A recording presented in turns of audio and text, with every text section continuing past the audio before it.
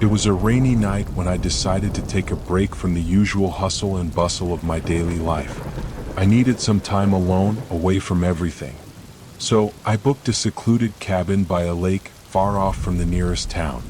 The place was perfect, quiet, isolated, and surrounded by nothing but dense trees and the sound of water lapping against the shore. I arrived at the cabin just before sunset. The place was older but charming. The walls creaked and groaned with the wind, and the smell of pine trees filled the air. It felt peaceful, the kind of quiet I'd been craving. There was no cell signal, and I didn't mind it at all. It gave me the kind of disconnect I needed. That evening, the rain began. At first, it was just a light drizzle, but by nightfall, it turned into a heavy downpour, hammering against the roof and windows. The sound of it was almost soothing, and I found myself sitting by the window, staring out at the dark lake. The sky was nearly black, with only the occasional flash of lightning illuminating the landscape. But then, as the night deepened, I started to hear something strange. A faint sound, almost like knocking. At first, I thought it was just the wind or maybe the rain hitting the cabin in a certain way. But then it happened again. A soft, rhythmic knock, knock, knock on the door. It was quiet at first, so I figured maybe it was just the house settling or the wind hitting the door. I tried to ignore it. As the minutes ticked by, though, the knocking grew louder and more insistent. Knock, knock, knock. I got up from my chair, my heart rate picking up, and walked cautiously to the door.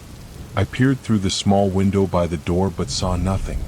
The darkness outside seemed endless, and the rain blurred everything. There was no one there. I told myself it was just the storm playing tricks on my mind. But the knocking didn't stop. It continued, steady, constant, like someone was waiting outside. I checked the door's handle to make sure it was locked. It was. I checked the windows too, and all were secure. My nerves were starting to get the better of me, so I sat back down, trying to convince myself I was imagining things. I turned on the TV to distract myself, but the sound of the knocking continued to haunt me in the background, rhythmic and persistent. Then it stopped. The sudden silence felt almost more terrifying than the noise itself. I strained my ears, but nothing. I glanced at the clock. It was well past midnight. I tried to calm myself and decided to go to bed, thinking the storm had made me paranoid. As I lay there under the covers, I couldn't shake the feeling that something wasn't right. The cabin felt too still, too empty. I heard the wind howling outside, but no more knocks. I was just beginning to drift off to sleep when I heard something new. This time it wasn't knocking. It was something worse, scratching. It was faint at first, like a small animal, but then it became more deliberate, more intense. A slow, methodical scratching, like claws scraping against the wood. My heart pounded in my chest as I sat up in bed, staring into the darkness. The scratching continued, and I knew it was coming from the door. I didn't want to check, but I had to. With trembling hands, I got out of bed and slowly crept toward the door. I stood still for a moment, listening. The scratching was louder now, unmistakable. It was on the other side of the door. Without thinking, I grabbed a chair and wedged it under the door handle just in case. I didn't know why I did it. It just felt like the thing to do. But then something odd happened. The scratching stopped. Just like that. The silence that followed was thick, like the air had been sucked out of the room. I stood there, frozen, staring at the door. I don't know how long I stood there. My mind raced, and my body felt like it was glued to the spot. Then, just when I thought it was over, I heard something even worse. A voice. A whisper, so soft it was almost inaudible, but clear enough for me to hear. Let me in. I couldn't move. I couldn't breathe.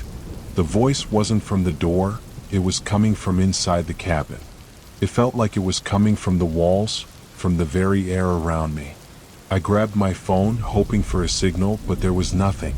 No bars. No Wi-Fi. I was completely isolated. I backed away from the door, my mind screaming for me to leave, but my legs wouldn't cooperate. I felt trapped, alone in that cabin with something, or someone, out there just waiting. I don't remember when I fell asleep, but I woke up in the morning to the sound of birds chirping and the sunlight pouring through the windows. The storm had passed. Everything was calm. I quickly packed my things and left, not bothering to stay another minute. I didn't check the door or the windows, I just ran. The police arrived the next day after I made a report. They said they found no signs of anyone having been there. No footprints in the mud outside. No fingerprints on the door. Nothing. Just an old cabin sitting alone by the lake. But I know what I heard. I know what I felt. I don't know who or what was out there, but I'll never go back to that cabin again.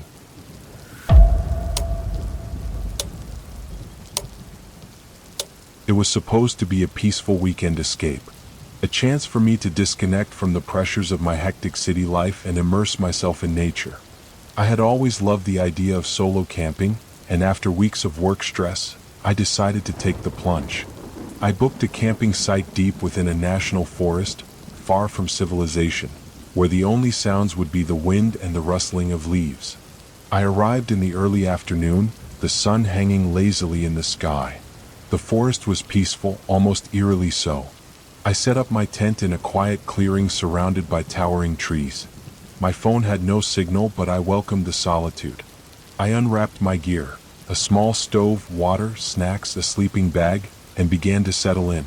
The air smelled fresh, the silence was deep, and everything seemed perfect. As evening approached, I made a small fire, using the crackling of the logs to break the stillness. The temperature dropped, but the fire kept me warm. I sat on the ground, eating my dinner, watching the orange flames dance. The peace was overwhelming, but there was something else beneath the surface. A strange sensation that I couldn't shake. It was the feeling of being watched. At first, I convinced myself it was just my imagination, the loneliness of being deep in the woods. I tried to ignore it, pushing the thought to the back of my mind.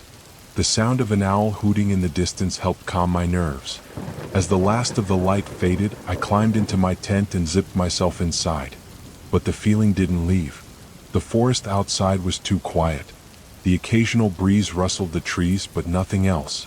I lay in my sleeping bag, eyes wide open, listening to the faintest noises, like soft footsteps, faint and deliberate, just outside my tent. I held my breath, trying to convince myself it was just a deer or some other animal. But the footsteps kept coming, closer this time. I could hear them circling the tent, slow and rhythmic, almost like someone walking around it, waiting. My heart began to race. I grabbed my phone, but of course there was no signal.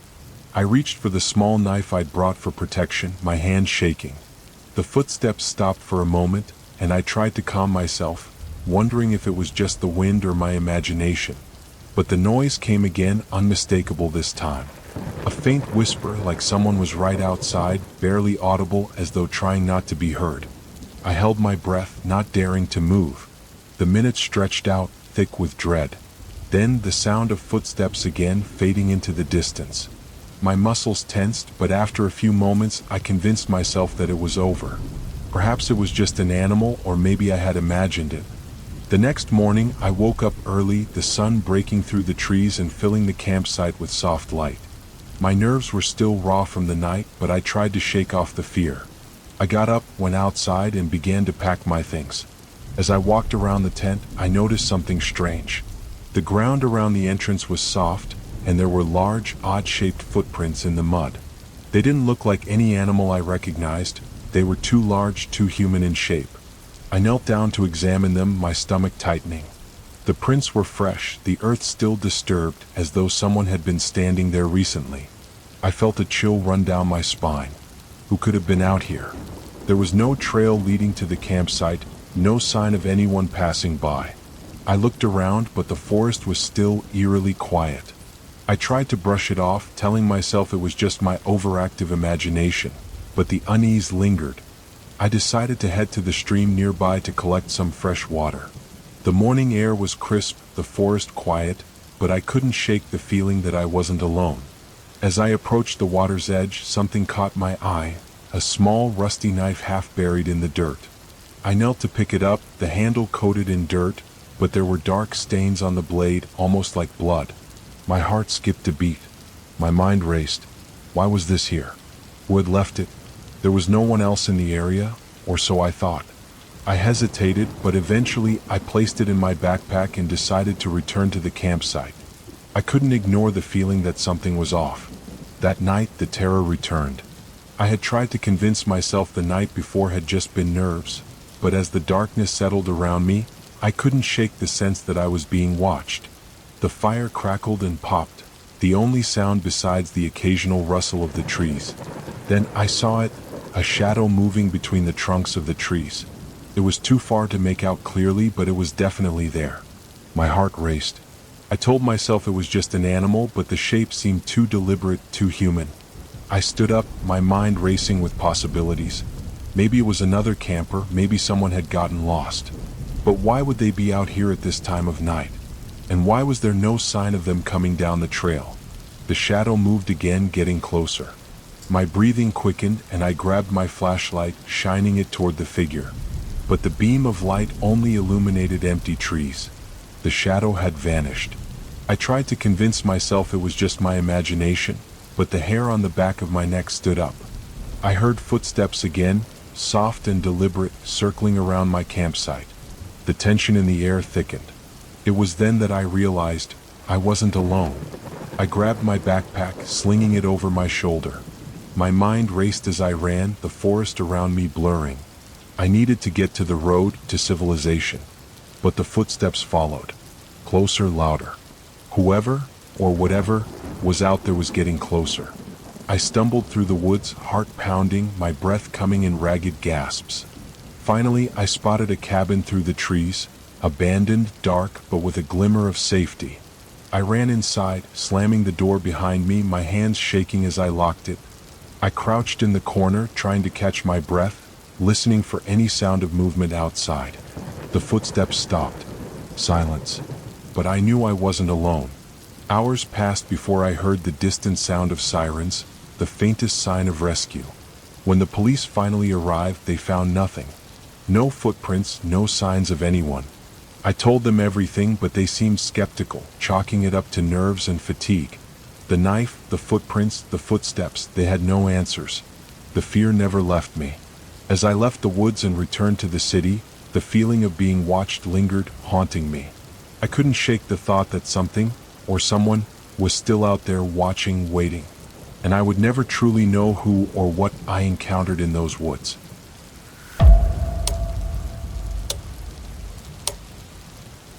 Returned from a long day at work, looking forward to a peaceful night in front of the TV. The house was empty, just me and the soft hum of the refrigerator. I didn't think much of it when I noticed the curtains of the house across the street were drawn open, revealing the dim glow of lamps inside. I had lived here for a few years, and while I wasn't particularly close with my neighbors, I recognized the house. It belonged to a man named Greg. He was an older guy in his 50s, always polite but a bit strange. He never seemed to have visitors, never went out much, and we rarely exchanged more than a friendly wave. That evening, however, something caught my attention. I was sitting on the couch when I noticed Greg's front window. He had left it wide open, which wasn't unusual, but there was something unsettling about the way the light flickered inside, casting strange shadows on the walls. I didn't think too much of it at first, attributing it to my overactive imagination. But then a figure appeared in the window. It wasn't Greg. It was a silhouette, standing motionless, staring directly out the window. My heart skipped a beat. I leaned forward, trying to get a better look. The figure was tall, with broad shoulders, but I couldn't make out any details in the low light. It was as if the person was waiting, watching for something, or someone. I sat frozen for a moment, unsure of what to do. My phone was lying on the coffee table, but I didn't want to risk making a sound. My eyes remained fixed on the window, and after what felt like an eternity, the figure slowly stepped back, disappearing from view. I didn't know what to make of it. Maybe it was just someone visiting Greg, or maybe it was a trick of the light. But there was a nagging feeling in my gut that wouldn't go away. I tried to shake it off, telling myself I was being paranoid. But as I went about my evening, preparing dinner and watching TV, I couldn't stop thinking about the figure. Around 9:30 p.m., I decided to go outside for a walk to clear my head. The air was crisp, the streets almost empty, except for a few cars parked along the road. I crossed the street to get a better look at Greg's house, hoping to reassure myself that everything was normal. But as I walked by, I stopped dead in my tracks. The curtains in his front window were now pulled open wider than before. And there, in the same spot as earlier, was the figure. It was standing in the exact same position, staring out into the street. I couldn't see its face, but the presence was palpable. My stomach churned as I quickly turned around, walking briskly back to my house. I tried to shake the dread creeping over me, but it followed me inside. Later that night, around midnight, I woke to the sound of something tapping gently against my window. I shot up in bed, my heart pounding in my chest. The tapping was rhythmic, like fingers against glass. Slowly, I pulled back the curtains, half expecting to see the figure from Greg's house. But there was nothing. Just the empty street, bathed in the cold light of the street lamp. I tried to brush it off as my mind playing tricks on me, but I couldn't shake the feeling of being watched. I checked the locks on all the doors, double-checked the windows, and even considered calling the police. But I didn't. I didn't want to seem like I was overreacting. The next day I went to work, but the unease lingered. I couldn't focus on anything, my mind constantly drifting back to the strange happenings of the night before. When I returned home that evening, I was relieved to find the street calm and quiet. Greg's house appeared normal, the curtains closed, and no sign of the mysterious figure. But the moment I walked into my house, something was off. The front door was slightly ajar. I froze, my blood running cold. I had distinctly remembered locking it when I left. My heart raced as I crept inside, my eyes scanning every shadow. But everything seemed untouched. Still, I couldn't shake the feeling that someone had been inside. That night, I made sure to double lock all the doors and windows before going to bed. The house felt suffocating, the silence almost deafening. Around midnight, I heard it again, the tapping. This time it was coming from the back window. I didn't move. I couldn't. My body felt frozen, paralyzed by fear. After what seemed like an eternity, the tapping stopped. I waited for a while, then cautiously crept to the window. I slowly pulled back the curtain, expecting to see the figure from across the street, but this time it wasn't there. Instead, I saw something much worse. Written in the condensation on the window in smeared handwriting were 3 words: "I'm watching you." I stumbled backward, my heart pounding in my chest. My mind raced. Who had been in my house? Who was watching me? I looked out the window into the dark street, but it was empty. The figure was gone, but the feeling of being watched was stronger than ever. The next day I moved out of my house. I couldn't shake the paranoia, the constant sense of dread that had taken over my life. I left without a word to Greg, without saying anything to anyone. I didn't care if it made me look crazy. I never saw the figure again. But sometimes when I walk through a quiet neighborhood late at night, I still feel those eyes on me, always watching, always waiting. And I know now that I will never be able to escape the watcher in the suburbs.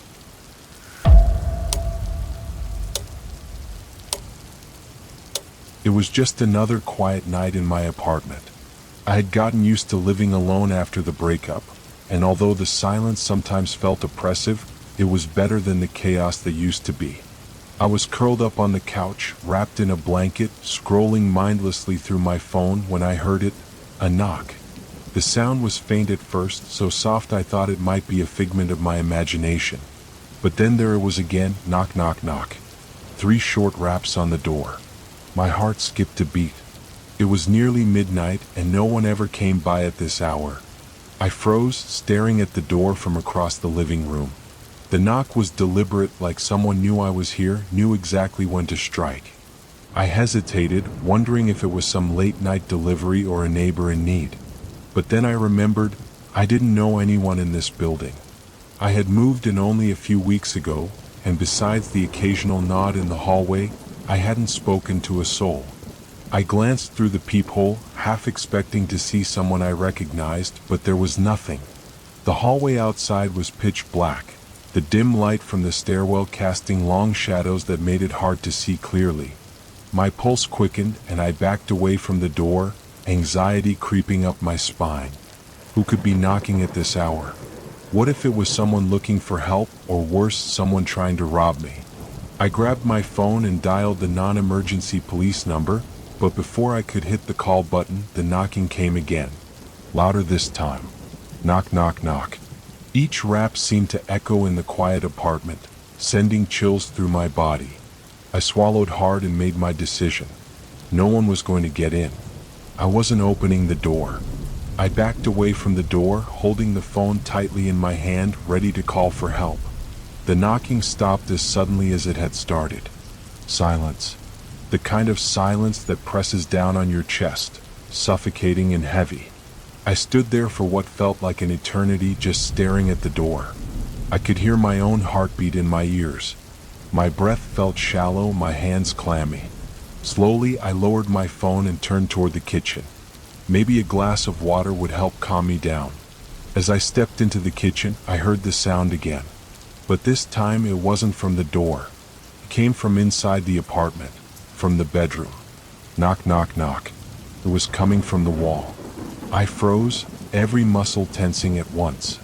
My mind raced as I tried to make sense of it. There was no way someone could be knocking from the other side of the wall. The next apartment over wasn't even close enough for a knock to travel like that. I grabbed a kitchen knife, the cool metal a cold comfort in my trembling hand. I moved cautiously, step by step, toward the bedroom. The apartment felt smaller now, the walls closing in around me. The knocking came again.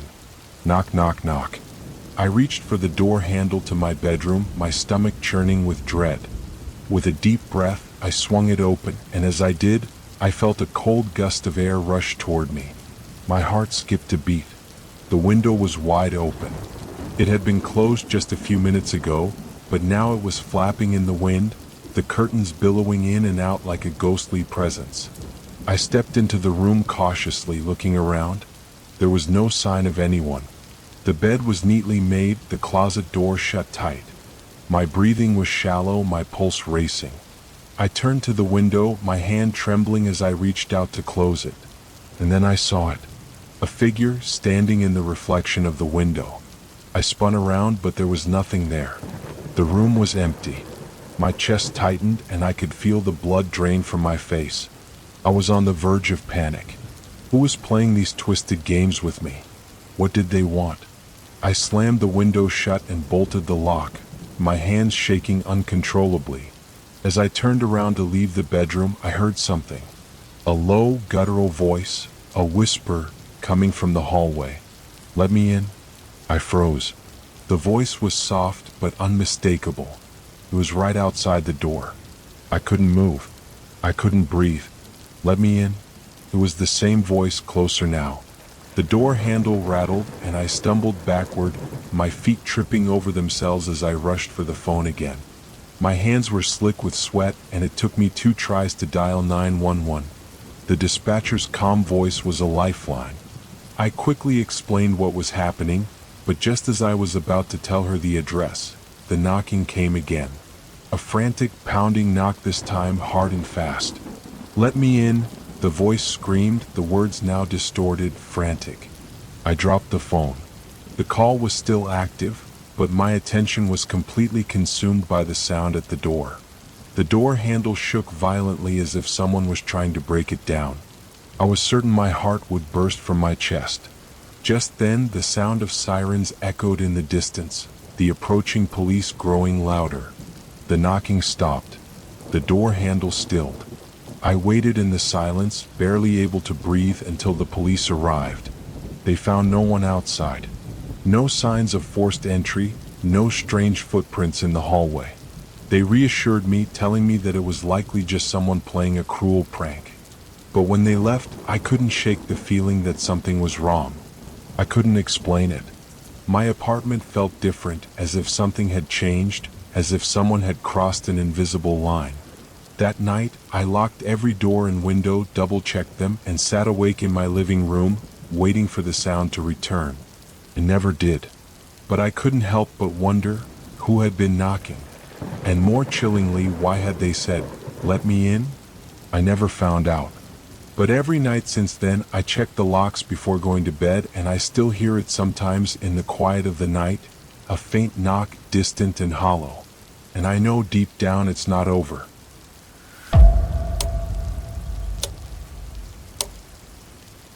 It was one of those dreary, overcast afternoons, the kind where the sky never quite decides if it's going to rain. I had been working from home all day, staring at the same monotonous spreadsheet, when I decided I needed a break. My apartment, though small, had large windows, and I liked to sit by them when I could, watching the world go by. As I walked over to the living room window, I noticed something strange, a reflection that wasn't mine. I paused, blinking, confused. I had a distinct view of the street below, and the reflection in the window should have just been the gray sky and empty street, but in the corner of the glass, there was a shape, a dark figure standing in the shadows of my living room. I whipped around, expecting to see someone there, but the room was empty. My stomach churned as I glanced back at the window, trying to make sense of what I had seen. The reflection remained, faint but present. It was me, but not entirely. It was a darker version of myself, dressed in all black, standing still and staring at me, unmoving. I stepped closer to the glass, heart racing. The figure in the reflection mirrored my every move. I slowly raised my hand to my face, and so did the figure, but the timing was slightly off, too slow, like it was mocking me. I turned away, shaking my head. Maybe I was just tired. It had been a long week. But as I went to sit back down at my desk, I couldn't shake the feeling that something was wrong. My skin felt prickly, like I was being watched. The room felt colder suddenly, though the heat was still on.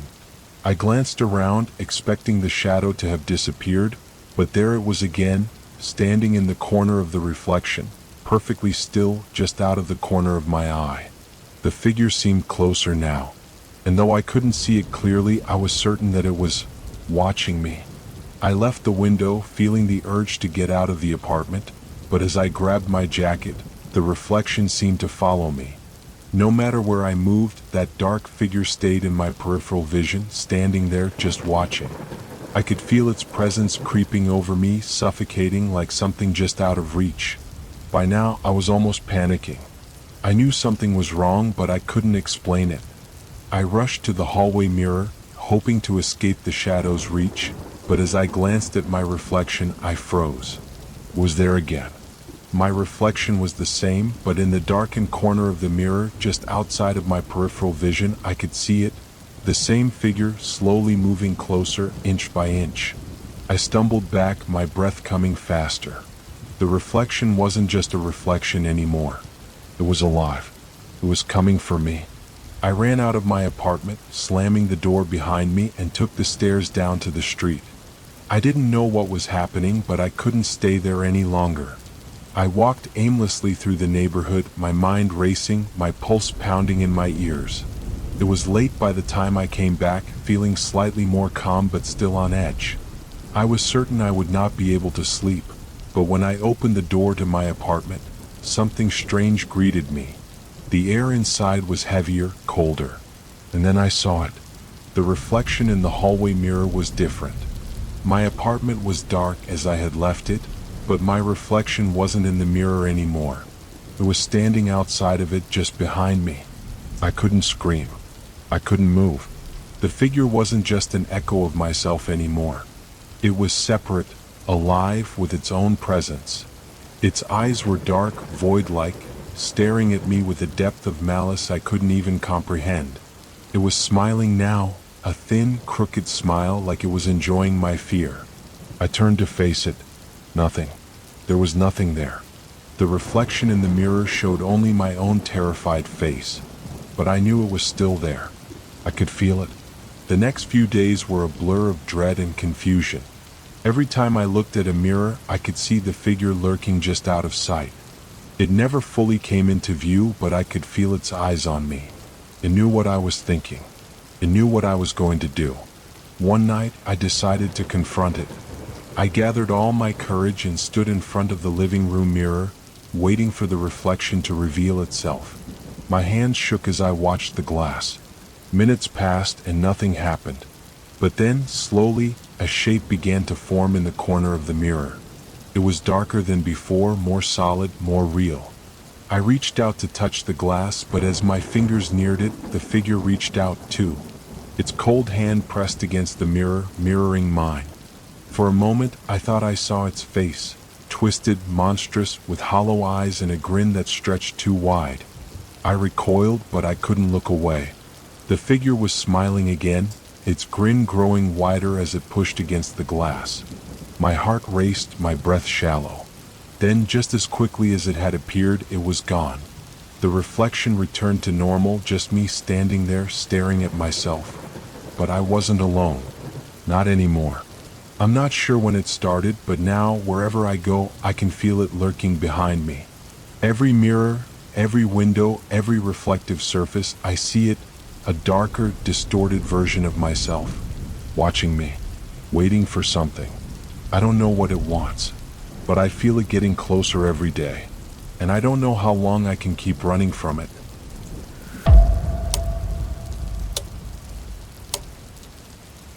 I had just moved into a new apartment a couple of months ago, in a quiet, older building on the edge of town. The rent was cheap, and the place had a certain charm to it. High ceilings, creaky hardwood floors, and a large window that overlooked a narrow alleyway. There was only one problem: my neighbor. He lived directly across from me. I had never seen him clearly, but I knew he was there. His door was always shut, and the apartment was eerily silent. I never heard any footsteps, no voices, no television, no sound of anything. The walls were thin, so I could hear everything in the building, but not from that apartment. It was as if the place was abandoned, but I knew someone was living there. It was late one night when I first encountered him. I had just finished watching a movie and was on my way to bed when I heard the sound of keys turning in the lock.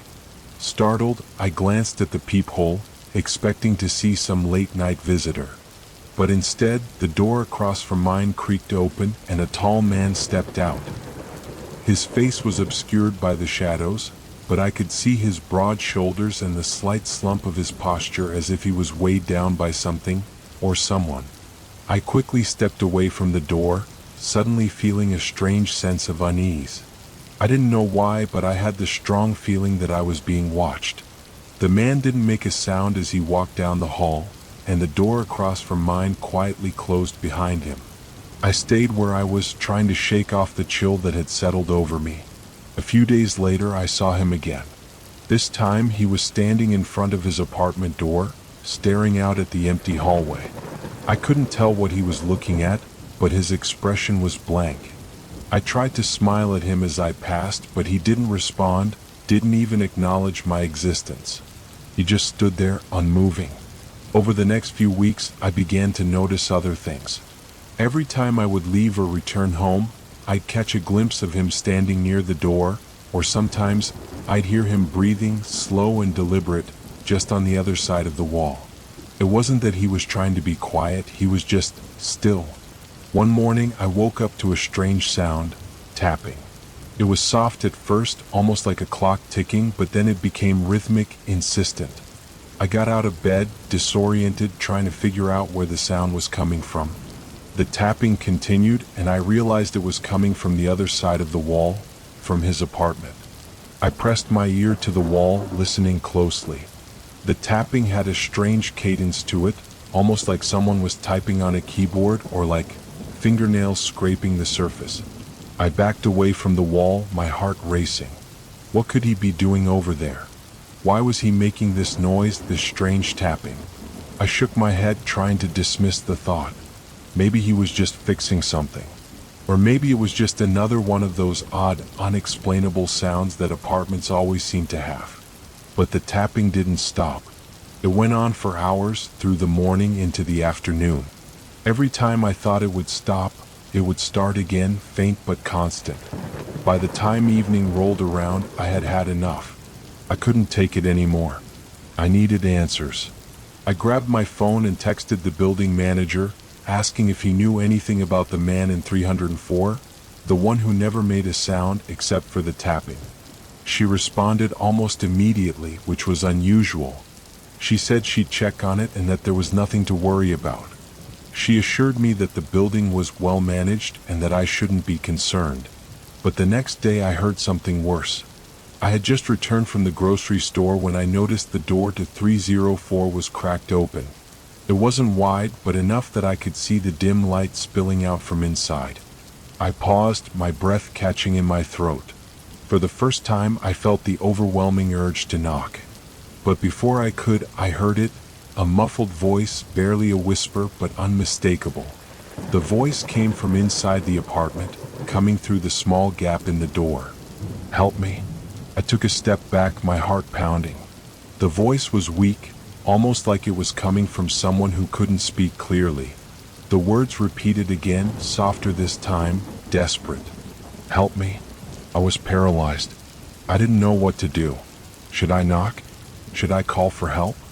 But just as I was about to make up my mind, I heard footsteps approaching. I quickly turned around, seeing the building manager walking down the hall toward me. "What's going on?" she asked, noticing my wide eyes. I think someone's in there," I stammered, pointing to 304. I heard a voice asking for help. The manager looked at the door, her face unreadable. "There's no one in there," she said firmly. "He's been living alone for years. No one else is in there." She stepped past me and knocked on the door. There was no response. After a moment, she turned the handle and opened the door. It creaked loudly, echoing down the hall. But when she stepped inside, the apartment was empty. "See? Nothing to worry about," she said, but her voice was shaky. I was about to say something when I noticed the strange markings on the walls, dark streaks, like someone had been rubbing their hands against the surfaces for days, weeks even.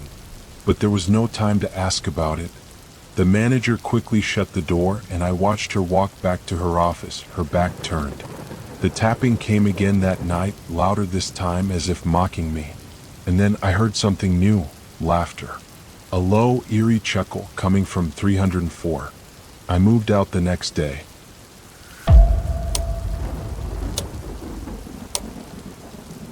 The snowstorm had come out of nowhere. One moment, the sky was clear, the sun barely dipping below the horizon, and the next, the heavens seemed to open, dumping thick sheets of snow over the mountain. I had been planning a quiet weekend in the woods for weeks, a chance to escape the noise of the city, to get away from the stress of work. I didn't expect the weather to turn so fast, but then again, I should have known better. The forest was unpredictable. The cabin I had rented was remote, nestled deep in the pines, far from any major road. It was small, rustic, with a heavy stone fireplace and creaky floorboards. The kind of place that looked beautiful in pictures, but now, in the heart of the storm, it looked more like a trap. I arrived just before the storm really picked up. The snow had started to fall in thick, slow flakes, swirling in the wind. The kind of snow that feels like it's being pushed by something unseen, a constant assault against the world. I quickly unloaded my car and locked the door behind me, eager to get inside and warm up. The air was biting, cold enough that my breath fogged up the windows instantly. Inside, the warmth of the fireplace was comforting. I unpacked my things and set up for a night of books, maybe a little wine. Everything was peaceful, too peaceful. The storm howled outside, a constant roar that seemed to shake the walls, but inside it was just me and the fire. I felt safe, cocooned in the warmth, far away from everything. But then came the noise. It started softly, almost imperceptible over the howling wind, a soft thudding like something hitting the roof. I paused, listening, then dismissed it. Maybe a branch had fallen, or the snow had built up enough to cause a small shift. I went back to my book, trying to shake off the unease creeping up my spine. The thudding grew louder, rhythmic, deliberate. It wasn't the wind anymore, and it wasn't snow. This was something moving on the roof. My heart skipped. I walked over to the window, parting the heavy curtains, and squinted through the glass. The snow was falling so thickly that I couldn't see anything beyond the edge of the porch. I was about to turn away when I saw it. A figure standing at the edge of the porch, almost blending in with the whiteout conditions. Just standing there motionless. My chest tightened and I quickly stepped back from the window. My mind raced. Who would be out there in a storm like this? The nearest neighbor was miles away. I grabbed my phone to check the time, maybe call someone, but the screen was dead. I glanced at the fireplace. The fire was still burning brightly, the warmth a small comfort against the growing fear. I didn't know what to do. Should I go outside and confront whoever it was? Or should I wait, hoping they would go away? The thudding on the roof grew louder, closer now, like something large was moving across the shingles, dragging itself along the edge.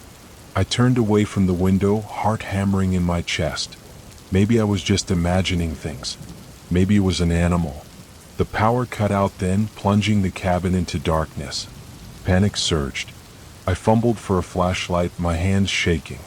The storm outside was deafening now, the wind shrieking against the cabin, and the sound of the thudding, dragging, scraping, continued. My mind raced, trying to process everything.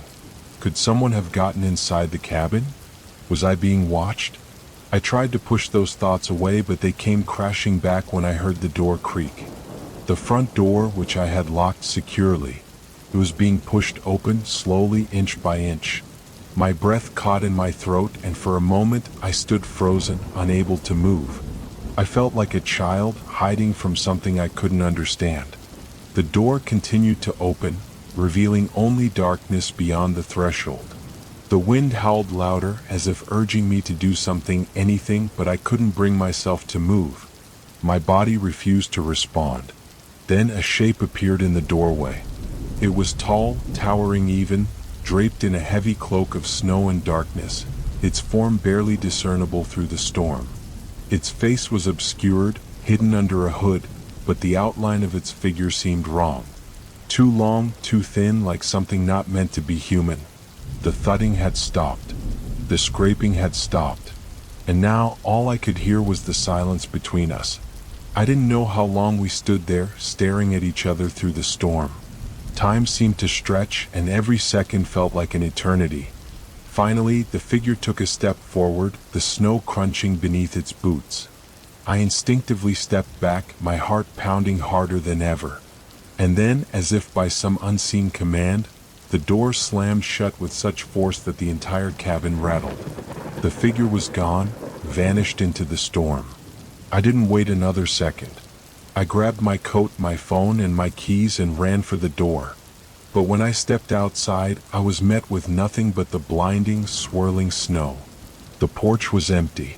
The storm raged on as if mocking me. I don't know what that figure was. Maybe it was a lost traveler, or maybe it was something else, something that shouldn't have been out there in the first place. All I know is that I didn't stay another night in that cabin. I left, driving through the storm, not stopping until I found a town, and I didn't look back. To this day, I can still hear the thudding, the slow, deliberate dragging of something large across the roof, moving closer and closer, waiting. But now, I never go back to that forest. And I never will.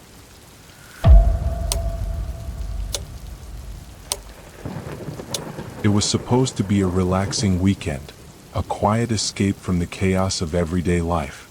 A close friend of mine had invited me to her family's lake house, an old, weathered place on the edge of a secluded lake, miles away from the nearest town. It sounded perfect. No phone signal, no distractions, just the peaceful sounds of nature and good company. The day I arrived, the sky was overcast, heavy clouds gathering in the distance. My friend Emily greeted me with a warm hug, and the house felt cozy and welcoming with its vintage decor and massive stone fireplace. The lake outside looked calm, almost unnervingly so. There was a strange stillness in the air, a quiet that didn't feel entirely natural. But I didn't think much of it. As we settled in, Emily mentioned that a storm was predicted for the evening. It wasn't supposed to be anything too serious, just a typical summer thunderstorm, she assured me. It didn't seem like much of a threat. We spent the afternoon on the porch, watching the distant clouds as they began to roll in, the winds picking up. The occasional rumble of thunder felt almost comforting. But as night fell, the storm arrived, and it was far worse than expected. By the time the sun disappeared behind the thick wall of clouds, The wind had picked up to a deafening roar. The rain began to pour down in sheets, battering the windows, the sound so loud that it felt like the house was shaking with each gust of wind. The first thunderclap hit, and it was followed by an eerie silence, like the entire world was holding its breath. Then another flash of lightning illuminated the lake in an almost surreal way, casting the whole area in an otherworldly glow. "We should probably head inside," Emily suggested, and we retreated to the living room, settling by the fire. It felt safer there, surrounded by the warmth of the flames, the soft flicker of light playing on the walls. The storm outside continued to rage, and we chatted for hours, trying to keep our minds off the howling wind and the constant crashing of thunder. But then something strange happened. Around midnight, the power went out. The entire house was plunged into darkness, the fire the only light left. The storm outside was so loud that it felt like the whole world had been swallowed by the storm, the house and lake both completely isolated from everything. Emily went to check the fuse box, leaving me alone in the living room. I sat there, my mind drifting, listening to the rain and wind outside. But something caught my attention, a faint noise, almost like a tapping sound. It wasn't coming from inside the house, but from somewhere outside. I leaned forward, straining to hear. At first I thought it was the wind, but then it came again, a slow, deliberate tapping. It seemed to come from the direction of the lake, close enough that I could almost feel it. My eyes darted to the windows, but the darkness outside was impenetrable. The storm had blurred everything, the rain pounding against the glass. Still, the sound persisted. It wasn't just the tapping anymore. Now there was something else, a low, almost imperceptible murmur. I couldn't make out any words, but it was as if someone or something was whispering just beyond the reach of my hearing. A chill ran through me and I stood up, stepping toward the window. It was then that I saw it. Through the heavy rain, just at the edge of the lake, there was a figure. It was standing perfectly still, half hidden in the shadow of the trees, just on the other side of the water. The figure was tall, too tall to be a normal person, and I couldn't make out any features. The way it stood, unmoving, gave me an overwhelming sense of dread. It didn't belong there. I froze, my hand pressed against the window. The storm had quieted, but in the sudden calm, the figure remained. The whispering had stopped, but the tapping continued, now almost as if it was coming from the figure itself. The sound echoed across the water, muffled but undeniable. "Emily?" I called, my voice trembling. There was no answer. I glanced toward the hallway, half expecting Emily to walk back into the room, but the house was silent. The fire crackled, casting shadows against the walls, but the figure outside did not move. It was still watching. And then the door creaked open. I whirled around, my heart in my throat, but it was only Emily, her face pale, her eyes wide with fear. I couldn't fix it," she whispered, breathless. "The power's out for good. But I heard something." I looked back at the window. The figure was gone. Emily seemed to sense the sudden shift in the air, the palpable sense of dread that hung in the room. I told her what I had seen, and her face went even paler. "That's not possible," she muttered, her voice shaky. "There's no one out there. There's never been anyone on that side of the lake for years." But we both knew something wasn't right. The unease that had settled over me wouldn't let go. We tried to distract ourselves, talking about everything but the storm, but the atmosphere in the house had changed. The once comforting fire now seemed faint against the darkening night, and every creak of the old wooden house felt like it was something much worse. That night, as the storm raged on, I couldn't sleep. I kept hearing the tapping. It was faint, but it was there, scratching at the windows, tapping against the door, coming from the direction of the lake. I didn't go outside to check. Something told me I couldn't. I could only stare out at the rain, wondering what had been out there in the storm, waiting. The next morning, the storm had passed. The sun came out in a cold, bright flash, the remnants of the storm scattered in the sky like a bad dream. But when we went outside to assess the damage, something was wrong. The lake was calm, its surface flat, but there was no sign of anyone, no tracks, no disturbances. but the tapping had followed me back, lingering in the corners of my mind, like a distant echo, reminding me of what I had seen. I left that morning, despite Emily's insistence that everything was fine. And to this day, I have never returned to that lake house. The storm, the figure, and the whispers, they stayed with me long after I drove away, forever tied to that stormy night by the lake.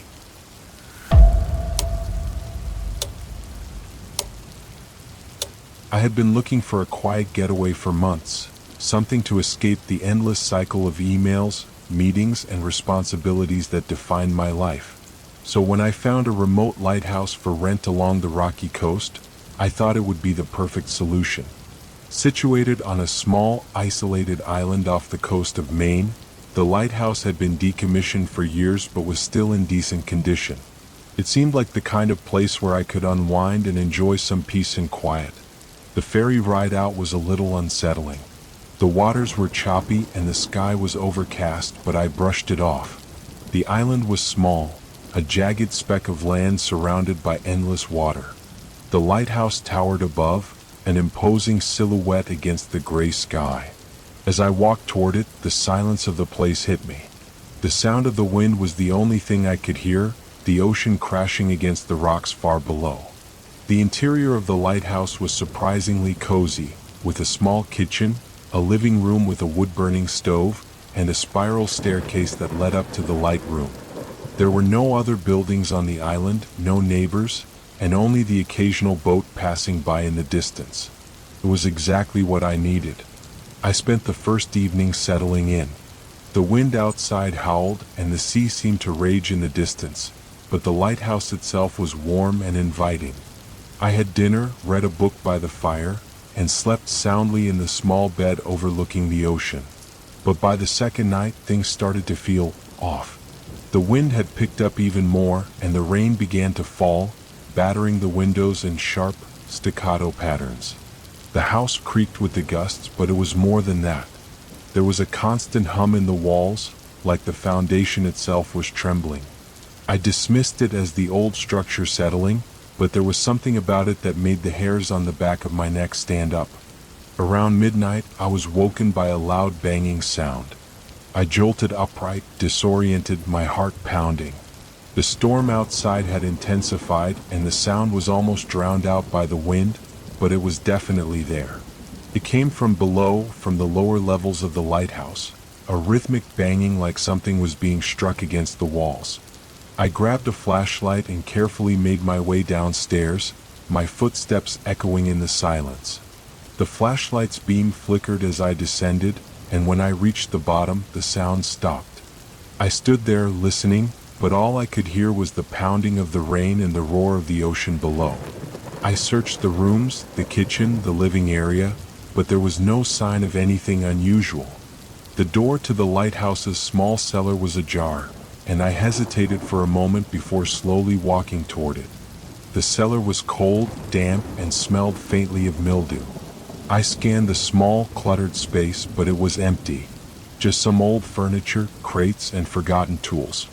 I shivered, suddenly feeling like I was being watched. As I was about to turn and leave, I noticed something on the far wall. Deep scratches, claw marks, gouged into the stone. They were fresh. I felt a jolt of fear. I slammed the cellar door shut, and the banging started again, louder this time. It was coming from above, from the light room. My breath caught in my throat, and I moved quickly, climbing the stairs again, heart hammering in my chest. As I reached the top, I could feel the floor vibrating beneath me. The lantern in the light room was flickering. I could hear something scraping against the glass, a sound like nails on chalkboard. The wind howled outside, but there was another sound now, a whispering, a low murmur that seemed to fill the room. I swung the flashlight around the room, but there was nothing. No one. The whispering grew louder.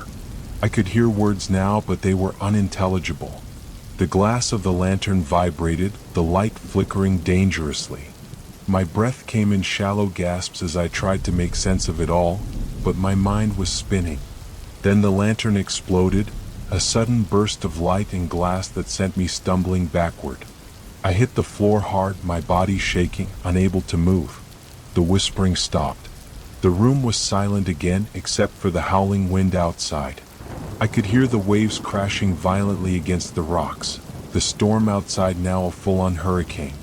I stumbled to my feet, running out of the light room, but as I descended the stairs again, I saw something at the bottom of the staircase. A figure, pale and dripping wet, stood at the entrance of the living room. It was human but not quite. Its face was distorted, its eyes wide open in a blank, hollow stare, as if it were staring directly through me. I couldn't scream. I couldn't move.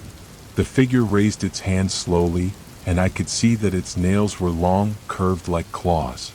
The air grew cold around me. Then the figure stepped forward and I bolted. I didn't look back as I ran down the stairs out of the lighthouse and into the storm. My body was numb with fear, my legs barely able to carry me over the slick rocks, but I didn't stop. The sound of the wind and waves filled my ears, drowning out everything else. I didn't stop until I reached the small dock, where the boat that had dropped me off earlier was still anchored. The storm raged on, but I wasn't going to stay another second on that island. I called the ferry service from the dock, praying that they could get me off that island. The operator on the other end seemed confused at first, telling me it wasn't safe to come out in the storm. But I insisted, my voice shaking. Within an hour, the boat appeared on the horizon. When I returned to the mainland, I spoke to no one about what had happened. I never went back to that lighthouse, and I never will. There are no records of anyone living there for years, and when I checked with the ferry service later, they told me that the lighthouse had been decommissioned long before I had arrived. No one had stayed there for decades. But I know what I saw, and I know what I heard.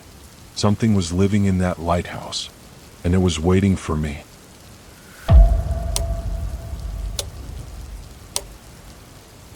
It wasn't supposed to be a big deal.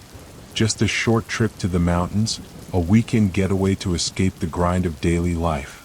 I had booked a small cabin in the woods, secluded, cozy, far from the noise of the city.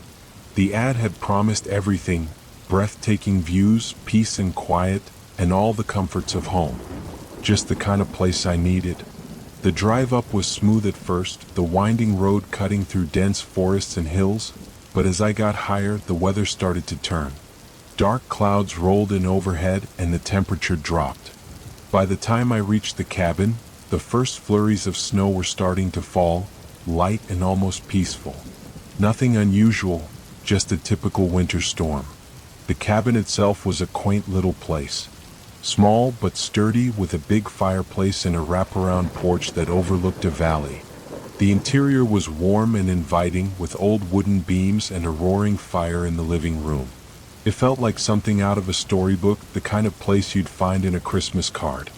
I settled in quickly, unpacking my things and getting comfortable by the fire. I made dinner, cracked open a bottle of wine, and spent the evening reading and listening to the sound of the wind outside. The snow had picked up, but I wasn't concerned. It was just a storm after all.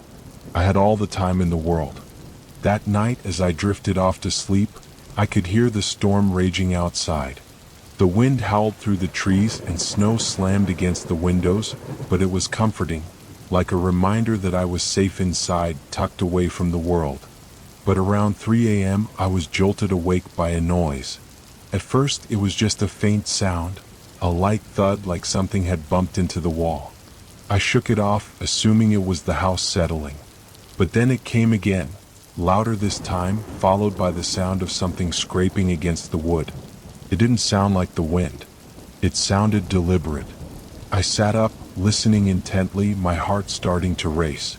The fire had died down to a low glow, and the only light in the room was from the flickering embers. The storm outside had intensified, the howling wind now mixed with the occasional thud, like something was moving around the cabin. I reached for my phone to check the time. It was 3:22 a.m. Suddenly, there was a loud bang against the door. I froze, my breath catching in my throat. It wasn't the wind. It wasn't an animal. Someone, or something, was outside. I quickly got out of bed, grabbing the nearest object I could find, a heavy iron fireplace poker, and crept toward the door. The banging stopped, but there was still something out there, something I couldn't see. I listened carefully, holding my breath, but all I could hear was the storm. The wind howled outside, rattling the windows, and then, there it was again, the unmistakable sound of something scraping against the wood. This time it was closer, right on the other side of the door. I pressed my ear against the wood, trying to make sense of what was happening. There was a low growl, barely audible over the storm, but it was there. I could feel it in my chest. It wasn't a human sound. It was something primal, something animalistic. Suddenly, the door handle rattled as if someone, or something, was trying to get in. My heart raced and I stepped back, clutching the poker tighter. The door shook again, harder this time, and I heard a voice. "Let me in." It was a whisper, a voice I didn't recognize, raspy and desperate. I felt my blood run cold. There was no way I was opening that door. The voice continued, but now it wasn't just one voice. It was several, all murmuring in low, guttural tones. "Let me in," they repeated over and over again, the words growing more frantic with each passing second. I backed away slowly, my mind racing. There was no one out there. It had to be some kind of trick. But the sound was real. The whispers, the growls, the scratching. I ran to the window and peeked outside, but all I saw was the thick, swirling snowstorm. Nothing. Just the endless white, blanketing the world outside. I couldn't see anyone, but the sounds, they were getting louder. The door handle rattled again, violently this time, and I backed away, heart pounding. I grabbed my phone, trying to call for help, but there was no signal. No service. I was completely alone. The lights flickered and went out, plunging the cabin into darkness. The fire in the living room had burned out, and the storm outside seemed to have intensified, the wind now howling like a pack of wolves. The sounds from the door continued, scratching, banging, and those voices. So many voices, all desperate, all pleading. In a panic, I rushed to the window again, hoping for a glimpse of something, anything. But there was nothing. Just the snow swirling in the wind. I turned back to the door, and that's when I saw it. A shadow moved outside, just beyond the frosted glass. It wasn't human. It was tall, too tall, and the shape was wrong, like a distortion, something out of place in the storm. It was standing there, watching me, its eyes glowing faintly in the dark. I stumbled backward, my heart racing, but the thing didn't move. It just stood there, frozen in place, staring at me. Suddenly, the door burst open with a deafening crash, and the cold air flooded into the cabin. I screamed, running toward the stairs, my legs weak beneath me. I didn't care where I was going as long as it was away from that thing. I ran up to the second floor, locking myself in the bathroom, and I sat there, my back against the door, listening to the wind and the voices outside. The storm raged on, but I never saw that figure again. The door was still open, but the thing had disappeared, leaving nothing but the eerie howling wind behind. I didn't sleep that night. I couldn't. When morning finally came, the storm had passed, leaving the world covered in thick, untouched snow. I packed up and left the cabin without looking back, never once setting foot inside again. To this day, I don't know what it was that night. I don't know who or what was outside that door whispering for me to let it in. But I know I'll never go back to that cabin, not even for a moment, because some things should never be allowed inside.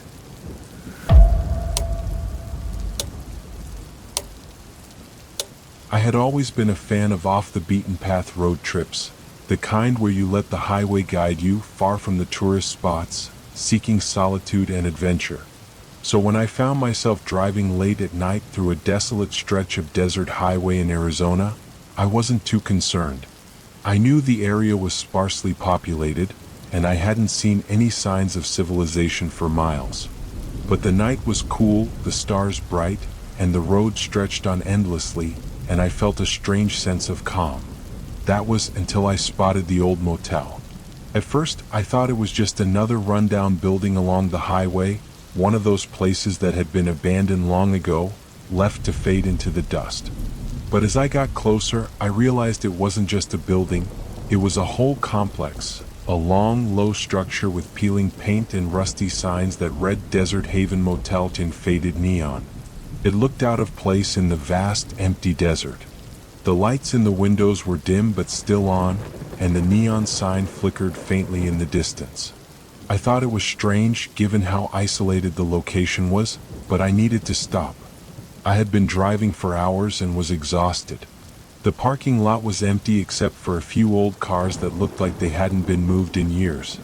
I parked near the front and approached the lobby, my footsteps crunching on the gravel. The door was unlocked, and the bell above the door rang softly as I stepped inside. The air smelled musty, and the room was dimly lit by a single flickering light bulb. Behind the desk was a man, old, scruffy, and staring at me with wide, almost unblinking eyes. He didn't smile or say anything, just nodded toward the register as if expecting me. "Room for the night?" I asked, my voice breaking the silence. He simply nodded again and handed me a key, the metal cold in my hand. There was no sign of any other guests, no one else around. It felt like the motel was frozen in time. I thanked him and made my way to the room, the key clicking in the lock as I opened the door. The room was exactly what I expected. Old furniture, faded carpet, a bed with thin sheets. But there was something off about it. The air was still too still. The walls seemed to press in a little too closely, as if the room was too small for the space it was supposed to occupy. I tossed my bag on the bed and sat by the window looking out at the empty parking lot. The silence was oppressive, broken only by the occasional hum of a distant insect or the wind rustling through the desert. I turned on the TV, hoping for some background noise, but it was broken, only static appearing on the screen. I sighed and sat back down on the bed, trying to relax. But that's when I started to hear it. At first, it was just a soft tapping sound like someone knocking on a door. But then it grew louder, more rhythmic, like a tapping of fingernails against the wall. I froze, my eyes scanning the room. The room was empty. I was alone. The sound continued, growing in intensity as if something, or someone, was getting closer. I stood up, my heart pounding in my chest, and walked to the door, expecting to see something outside, maybe someone playing a trick on me. But there was no one there. I checked the hallway. Empty. No one. I went back to my room, locking the door behind me. The tapping stopped, but my nerves were shot. I tried to ignore it, sitting down again, but now I couldn't stop staring at the walls. The tapping wasn't the only sound. I started to hear a voice. Low, barely audible at first. A whisper, too soft to make out the words. It seemed to be coming from behind the walls, as though someone was speaking to me through the plaster. "Help, help me." I couldn't understand what it was saying, but the voice was getting clearer, more urgent. It sounded like a woman, her voice cracking with desperation. I felt my skin crawl.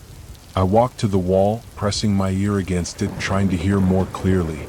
The whisper was louder now, more insistent. "Please, help me." I backed away, heart pounding in my chest. I didn't know what to do. Was it just my imagination? Was I hearing things? But the voice was so real, so vivid, it couldn't have been. I turned to the window again, the desert outside seeming far less peaceful now. The parking lot was still empty, but I had the distinct feeling I wasn't alone. The room seemed colder now, and the air felt heavier, like it was pushing against me. I went to the door and looked out into the hallway again, but it was as dark and empty as before. The lobby was silent. The old man was gone.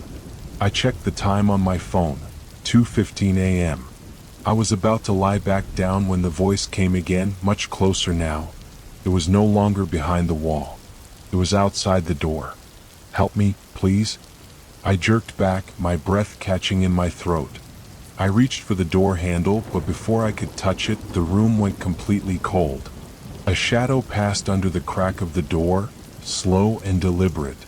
I couldn't move. I couldn't breathe. The shadow lingered for a moment, then disappeared. The door creaked open by itself. My heart stopped.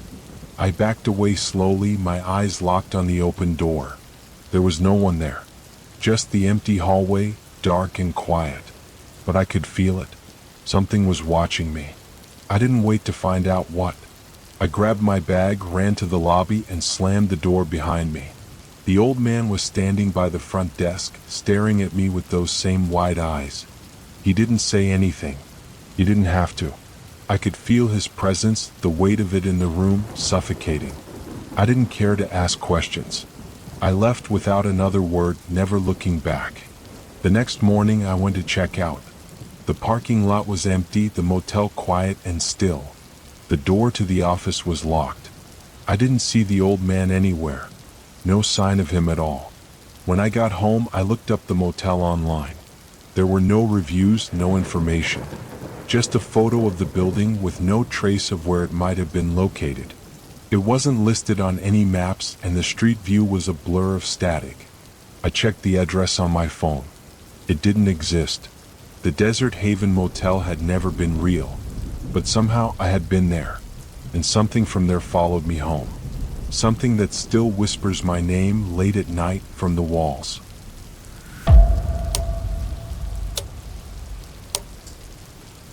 It was a typical Wednesday evening when I came home from work, exhausted after a long day of meetings and errands. I had been looking forward to a quiet night in my apartment, watching a show and ordering takeout. But when I got to the front door, I was stopped by an odd sight. The door was slightly ajar. I lived alone, and I was sure I had locked the door before I left that morning. I checked my pockets. Yes, my keys were there, but the door was definitely open. My first instinct was to think I had forgotten to lock it, but then I remembered the strange sensation I'd had earlier in the day, a nagging feeling that something was off. I hesitated for a moment, debating whether I should call someone or just close the door and leave. But that would be silly. There was no real reason to be afraid, right? I was just being paranoid. I pushed the door open slowly and stepped inside. The apartment seemed normal at first glance. The kitchen was empty, the living room quiet. But as I walked further in, something caught my attention. The hallway light, which I always turned off before I left, was on. I froze. I never leave the light on. Ever. It was a small thing, but my mind immediately began to race. I tried to push the uneasy feeling aside. Maybe I had just been distracted in the morning, or maybe the bulb had malfunctioned and stayed on by accident. I walked down the hallway toward my bedroom, my heart pounding in my chest, but the further I walked, the more I realized something wasn't right. The apartment looked too normal, too untouched. The cushions on the couch were fluffed just the way I'd left them. The dishes were in the sink, but nothing had been moved. The silence was deafening, almost like the apartment was holding its breath. But when I reached my bedroom, that's when I noticed it. The door to my closet was slightly open. I had definitely closed it this morning. I was sure of it. I could almost see the door handle in my mind, twisted just the way I had left it. Now it was open. My stomach churned as I stood frozen in the doorway, staring at the closet. There was a faint noise coming from inside. A soft, shuffling sound like something, or someone, was moving around. I don't know how long I stood there, but my mind was running through all sorts of possibilities. Could I have forgotten to lock the door? Maybe someone had come in while I was out, maybe a neighbor with a spare key? But the thought of someone being in my apartment, in my space, made me feel sick to my stomach. I couldn't move. The noise from the closet stopped, replaced by an unsettling silence. I thought I saw the door move ever so slightly, like someone was pushing against it from the inside. Without thinking, I backed away slowly, my breath shallow, my fingers trembling as I fumbled for my phone. My heart raced as I texted my friend Sarah, asking if she could come over, anything to get some company in the apartment. But before I could hit send, I heard a voice. It was faint, almost a whisper, but unmistakable. Hello? My blood ran cold. I froze, unable to move or speak. The voice didn't sound like anyone I knew. It wasn't even a voice I recognized. It sounded hollow, distant, and somehow familiar at the same time. I couldn't take it any longer. I ran out of my apartment, slamming the door behind me. I didn't even check the hallways or the stairwell. I just sprinted down the stairs and outside into the fresh air, my mind reeling from what had just happened. I waited outside for nearly an hour, pacing back and forth, trying to make sense of the situation. The more I thought about it, the less logical it seemed. There was no sign of forced entry, no indication that anyone had actually been in my apartment. When I finally mustered the courage to go back inside, everything was exactly as I had left it. The door was locked, the light in the hallway was off, and the closet door was back in its original position. I checked every room, convinced that I was missing something, but there were no signs of a break-in. Nothing had been disturbed. To this day, I can't explain what happened that night. I still live in the same apartment, but I lock the door every time I leave, triple check it in fact. And the closet? I never open it unless I have to. But sometimes when I'm alone in the apartment, I swear I hear a faint voice. It's always just a whisper. Always the same word. Hello? And no matter how many times I tell myself it's just my imagination, I can't shake the feeling that someone or something is still waiting inside that closet.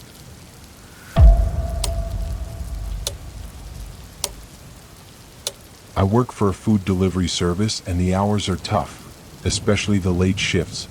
It's the kind of job that tests your patience, where the calls come in long after the sun has set and the streets grow quiet.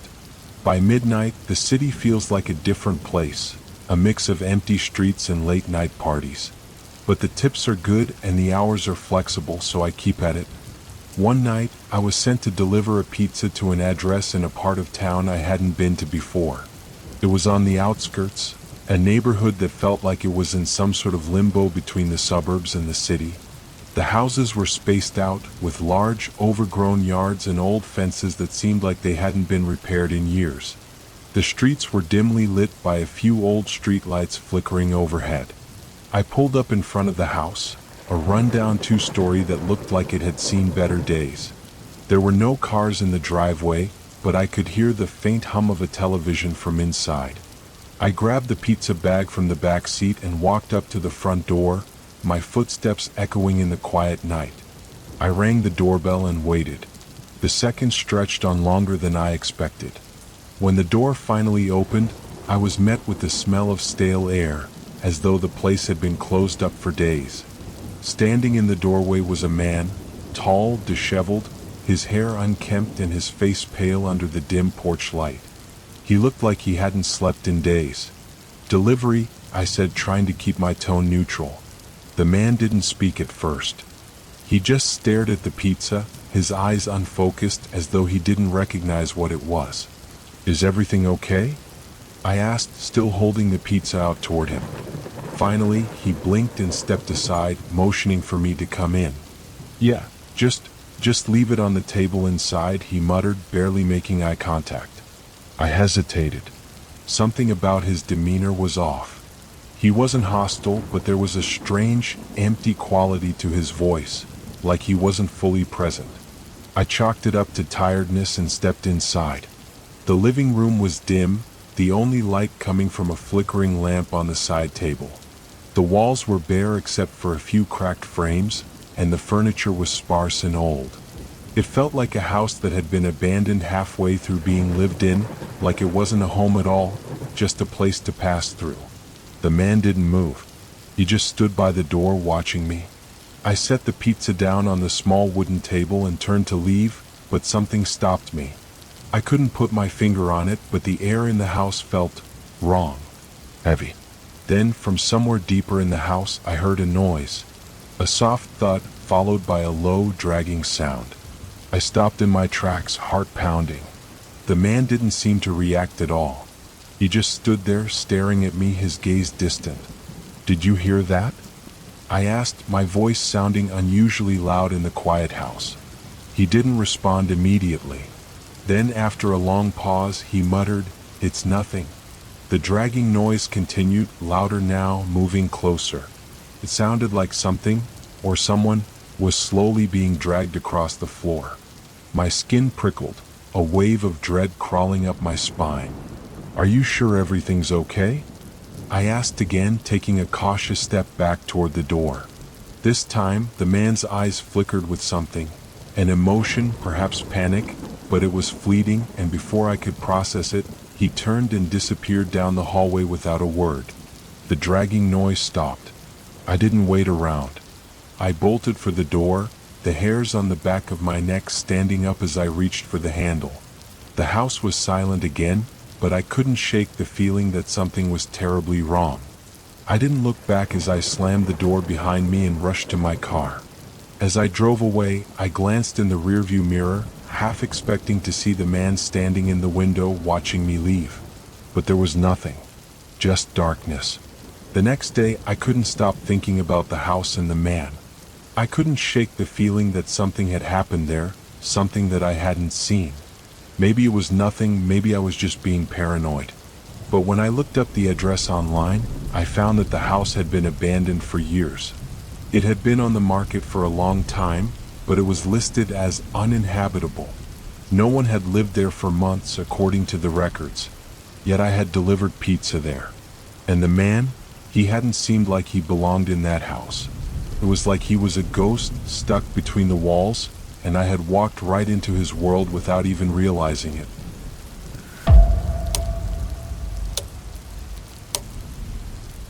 It was my first night working as a security guard at an old warehouse on the outskirts of town. I had taken the job mainly because it paid well and required minimal effort, or so I thought. The building itself was massive, sitting alone on a stretch of abandoned land, surrounded by nothing but empty fields and overgrown bushes.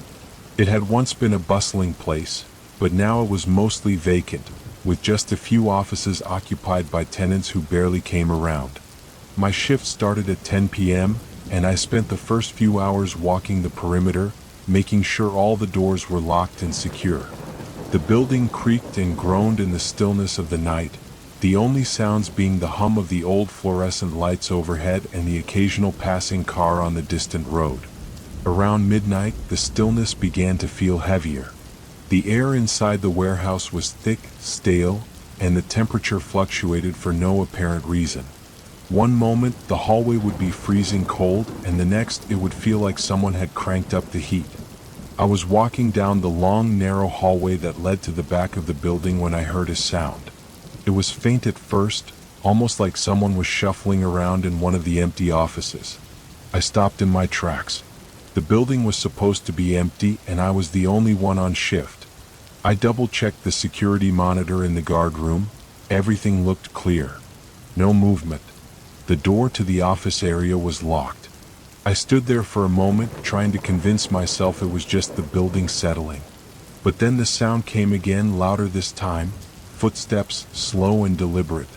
My heart rate quickened. I wasn't supposed to hear anything at this hour. No one had access to the building but me.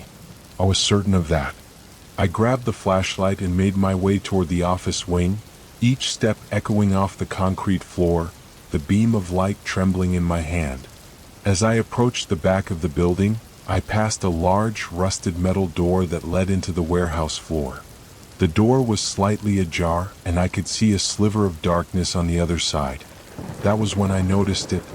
There, on the floor just beyond the door, was something that didn't belong. A dark streak, a trail of what looked like wet footprints. My mind raced, trying to make sense of it. It was too dry outside for mud. The warehouse wasn't near any water source. I took a step closer, the hairs on the back of my neck standing on end. I had already made the rounds earlier, and I hadn't seen anything like this. It was almost as if someone had just walked in and left a trail in their wake. I pushed the door open further, my breath shallow. The warehouse was vast and cavernous, the air musty with the smell of old wood and metal. There was a faint glow from the streetlight outside, casting long shadows across the concrete floor. But I didn't see anything or anyone, just empty shelves and abandoned equipment. That's when I heard the sound again. This time it was much closer. I spun around, the flashlight beam darting across the room, but I didn't see anyone, just shadows shifting under the light. My heartbeat thudded in my ears, and my pulse raced as I considered running out, but my legs felt frozen in place. I couldn't leave yet. I had to make sure everything was okay. I called out, my voice cracking in the eerie silence. "Hello?" Is someone there? There was no answer. Just the sound of my voice echoing off the walls, the footsteps now growing louder.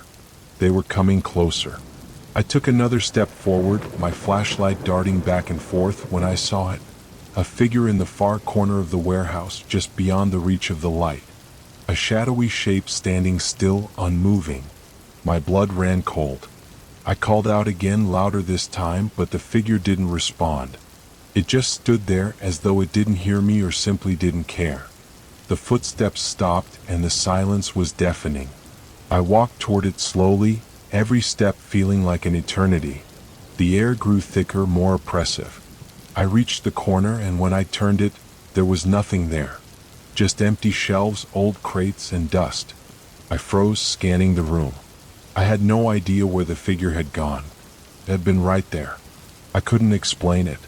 My heart raced in my chest and the weight of the silence pressed down on me. For a moment I was sure I was just imagining things. But the wet footprints remained on the concrete floor. Suddenly the lights flickered. The warehouse plunged into darkness and I felt my stomach drop. I scrambled for my flashlight, but before I could switch it on, I heard something heavy breathing right behind me. I spun around, but no one was there. The darkness was suffocating, and I could feel the air shift, cold and clammy, as if someone, or something, was standing inches away from me. I turned and ran down the hallway, almost tripping over my feet in panic. I didn't care anymore about the job, the building, or what was waiting in the shadows. All I wanted was to get out. When I reached the guard room, I locked the door behind me, trembling. I sat there, wide-eyed, staring at the security monitors, but the screen showed nothing unusual. Still, I couldn't shake the feeling that I wasn't alone in that warehouse anymore. The rest of the night passed without incident, but I couldn't bring myself to go back into the warehouse after that. When my shift ended, I left the building quickly and called the office to report what had happened. They just brushed it off, saying it was probably the building's creaks and groans, nothing to worry about. But I knew what I'd felt. I knew what I'd heard. I haven't been back to that warehouse since, and I can't shake the memory of those footsteps, the figure in the shadows, and the feeling that something unseen was watching me. Every time I pass that building now, I get the same uneasy feeling, like the warehouse still holds something, or someone, that's waiting for me to return.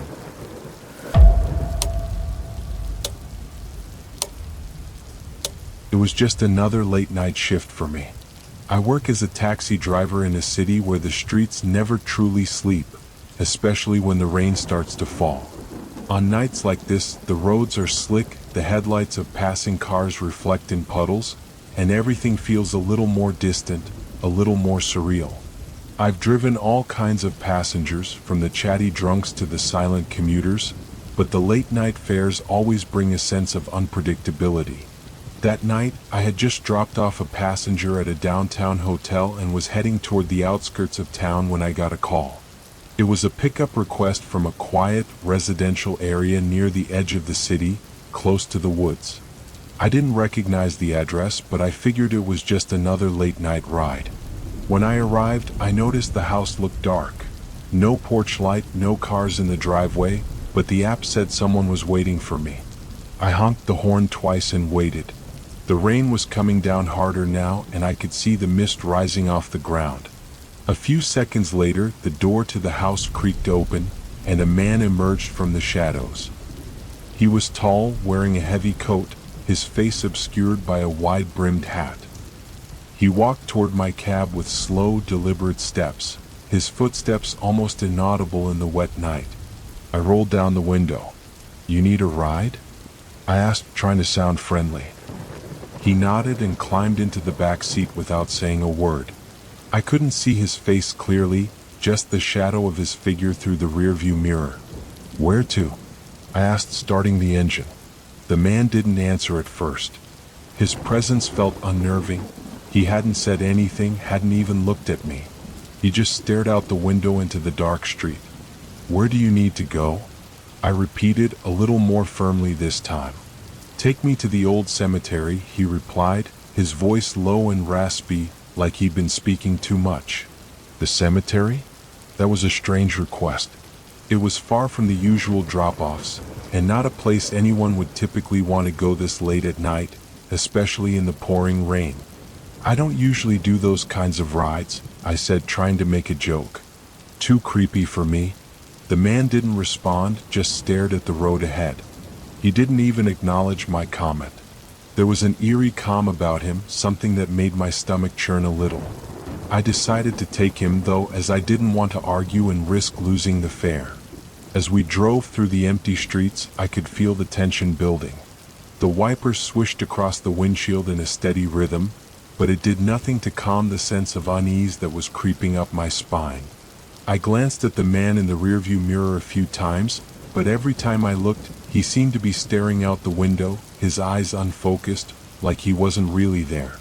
The drive took about 20 minutes, and we passed only a few scattered houses, their lights flickering through the mist.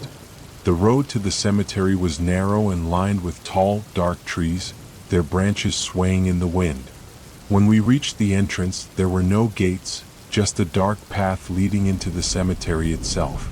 It was an old place, the kind that had been around for decades, with crumbling headstones and overgrown grass. I parked the cab at the entrance, unsure of what to do next. "We're here," I said, trying to break the silence. "This is it." The man didn't move. He sat there as still as ever, just staring ahead. "Are you sure you want to get out here?" I asked, my voice sounding strangely loud in the quiet of the night. "I can drop you somewhere else if you want." The man didn't answer. He just stared at the cemetery and then, without a word, opened the door and stepped out into the rain. I watched him walk into the darkness, his coat billowing behind him as he disappeared into the mist. I sat in the cab for a moment, my hands gripping the steering wheel. There was something about the whole situation that didn't sit right with me. I thought about leaving, but I couldn't just drive off without knowing he was okay. I'd heard stories about people who had gone to strange places and disappeared without a trace. I reluctantly got out of the car and walked toward the entrance of the cemetery. The rain was coming down harder now, drenching my clothes, but I didn't care. I called out to the man, but there was no answer. I stepped further into the cemetery, the sound of my footsteps muffled by the wet grass. The air was thick with fog, and I could barely see more than a few feet in front of me. As I walked deeper, I started to feel like I was being watched. The hairs on the back of my neck stood up, and my breath came out in shallow gasps. I kept calling out, but there was no sign of the man. The cemetery stretched out before me, empty, silent, and cold. That's when I saw it. At the far end of the cemetery, near the oldest headstones, a figure was standing still, facing away from me. The man, or at least what I thought was him, was standing there, motionless. I called out again, but he didn't respond. I started to walk toward him, but the closer I got, the further away he seemed. It was as though the figure was moving away step by step as I moved closer. My pulse quickened, and the dread in my chest grew heavier with each step. Finally, I stopped, realizing that the figure wasn't moving at all. It was as if he was stuck in place, frozen. The air around me grew colder and the fog thickened. I was about to turn back when I heard a voice, low, raspy, just behind me. "You shouldn't have followed me." I spun around, but there was no one there. The cemetery was empty again. My heart was racing now. I turned and ran back to the cab as fast as I could. I got inside, locked the door, and floored the accelerator.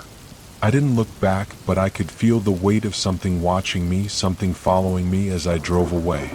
The next day, I tried to find the cemetery on the map, but it didn't exist. There was no record of any cemetery near that part of the town. I went back to the address the man had given me, but when I got there, it was just an abandoned house, no sign of life. I never found out who the man was or why he wanted to go to that cemetery. But every time it rains now, I swear I can still hear the sound of footsteps behind me in the mist.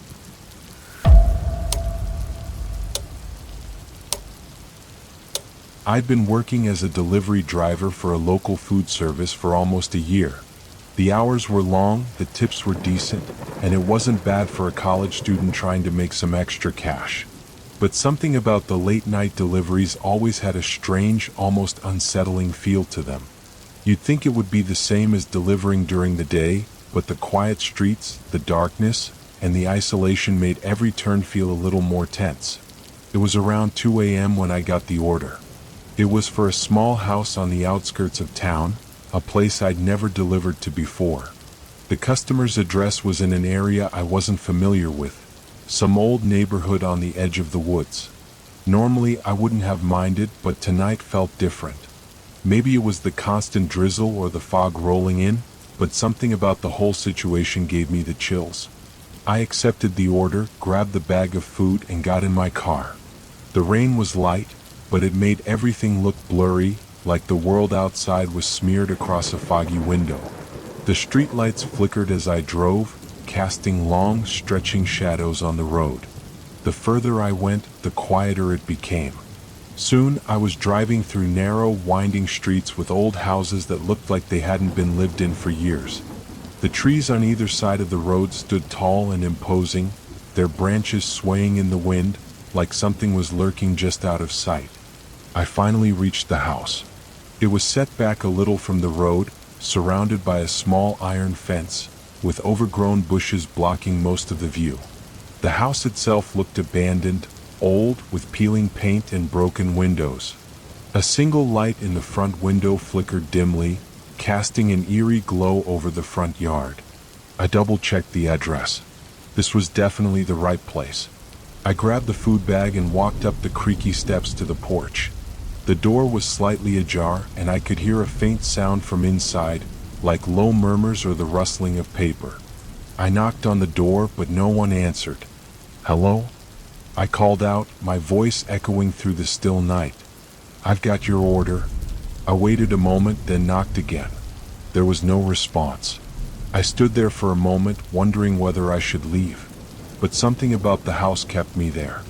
It wasn't just the oddness of the situation, but a sense of expectation. Like someone was waiting for me even if they weren't answering the door. I pushed the door open slightly, calling out again. "Anyone home?" The door creaked louder as I entered, the dim light from the porch barely making it past the entryway. Inside was even more unsettling. The hallway was long and narrow, the floorboards creaking under my feet. I called out again, but all I heard was the distant murmur of what sounded like a television. I walked further into the house, my heart starting to race. I knew something wasn't right. The house smelled faintly of dust and something else, something stale, like the air hadn't been disturbed in years. I approached the living room and froze. There, on the couch, sat a figure, motionless. At first, I thought it was just someone asleep, but as I stepped closer, I realized it was a man.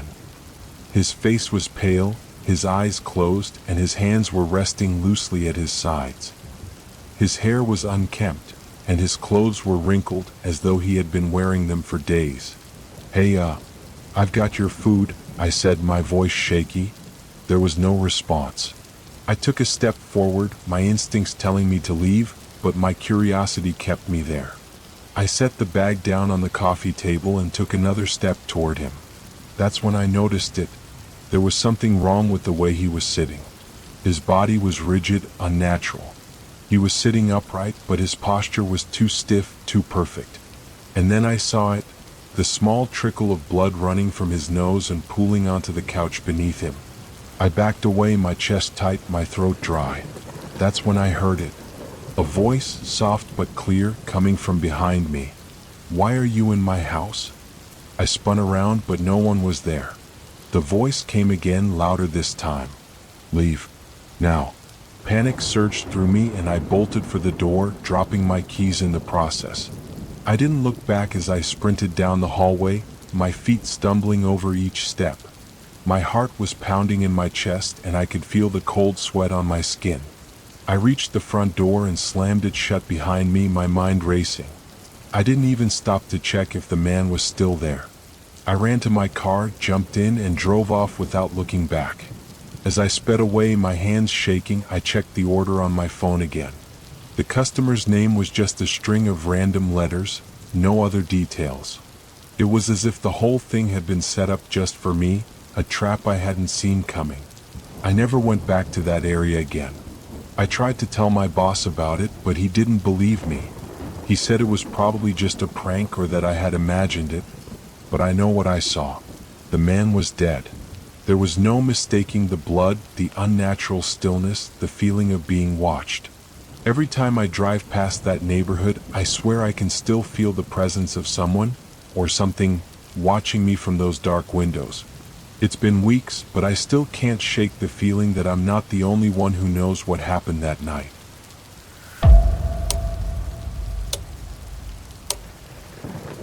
It was my first night working the night shift at the old industrial warehouse, and I was feeling a mix of excitement and nerves.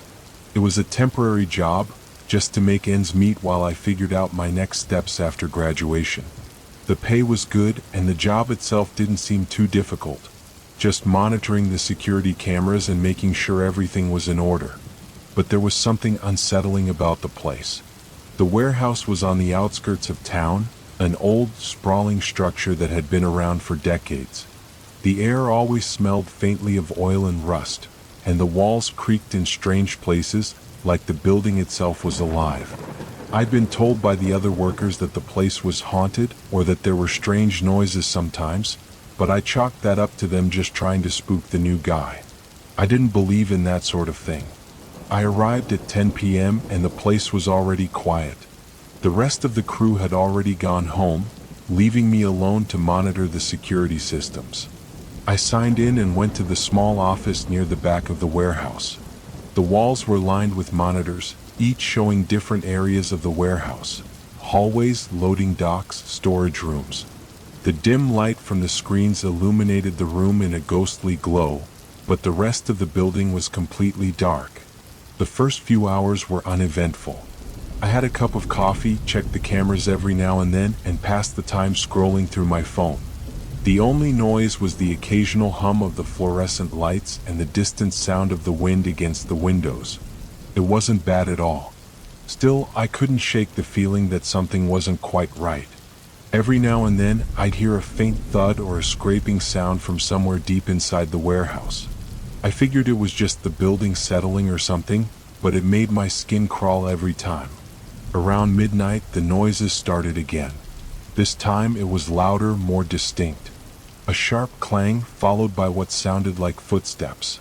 I glanced at the monitors, but everything looked normal. The cameras showed empty hallways and dark rooms. No movement. I stood up and walked out of the office, heading toward the main area of the warehouse. The air was colder out here, and the shadows seemed to stretch longer than they should. I checked the doors to make sure everything was locked and secure. No sign of anyone. But then I heard it again. A loud crash, like something metal had fallen. I froze. The sound had come from the far corner of the warehouse, near the storage shelves. My heart started pounding in my chest, and I instinctively reached for my phone. I was about to call the police when I heard footsteps behind me. They were soft, almost muffled, but they were definitely there, growing closer. I spun around, but no one was there. I walked quickly toward the source of the noise, my footsteps echoing through the empty warehouse. The further I walked, the more the temperature seemed to drop. By the time I reached the back corner, I could see my breath in the air.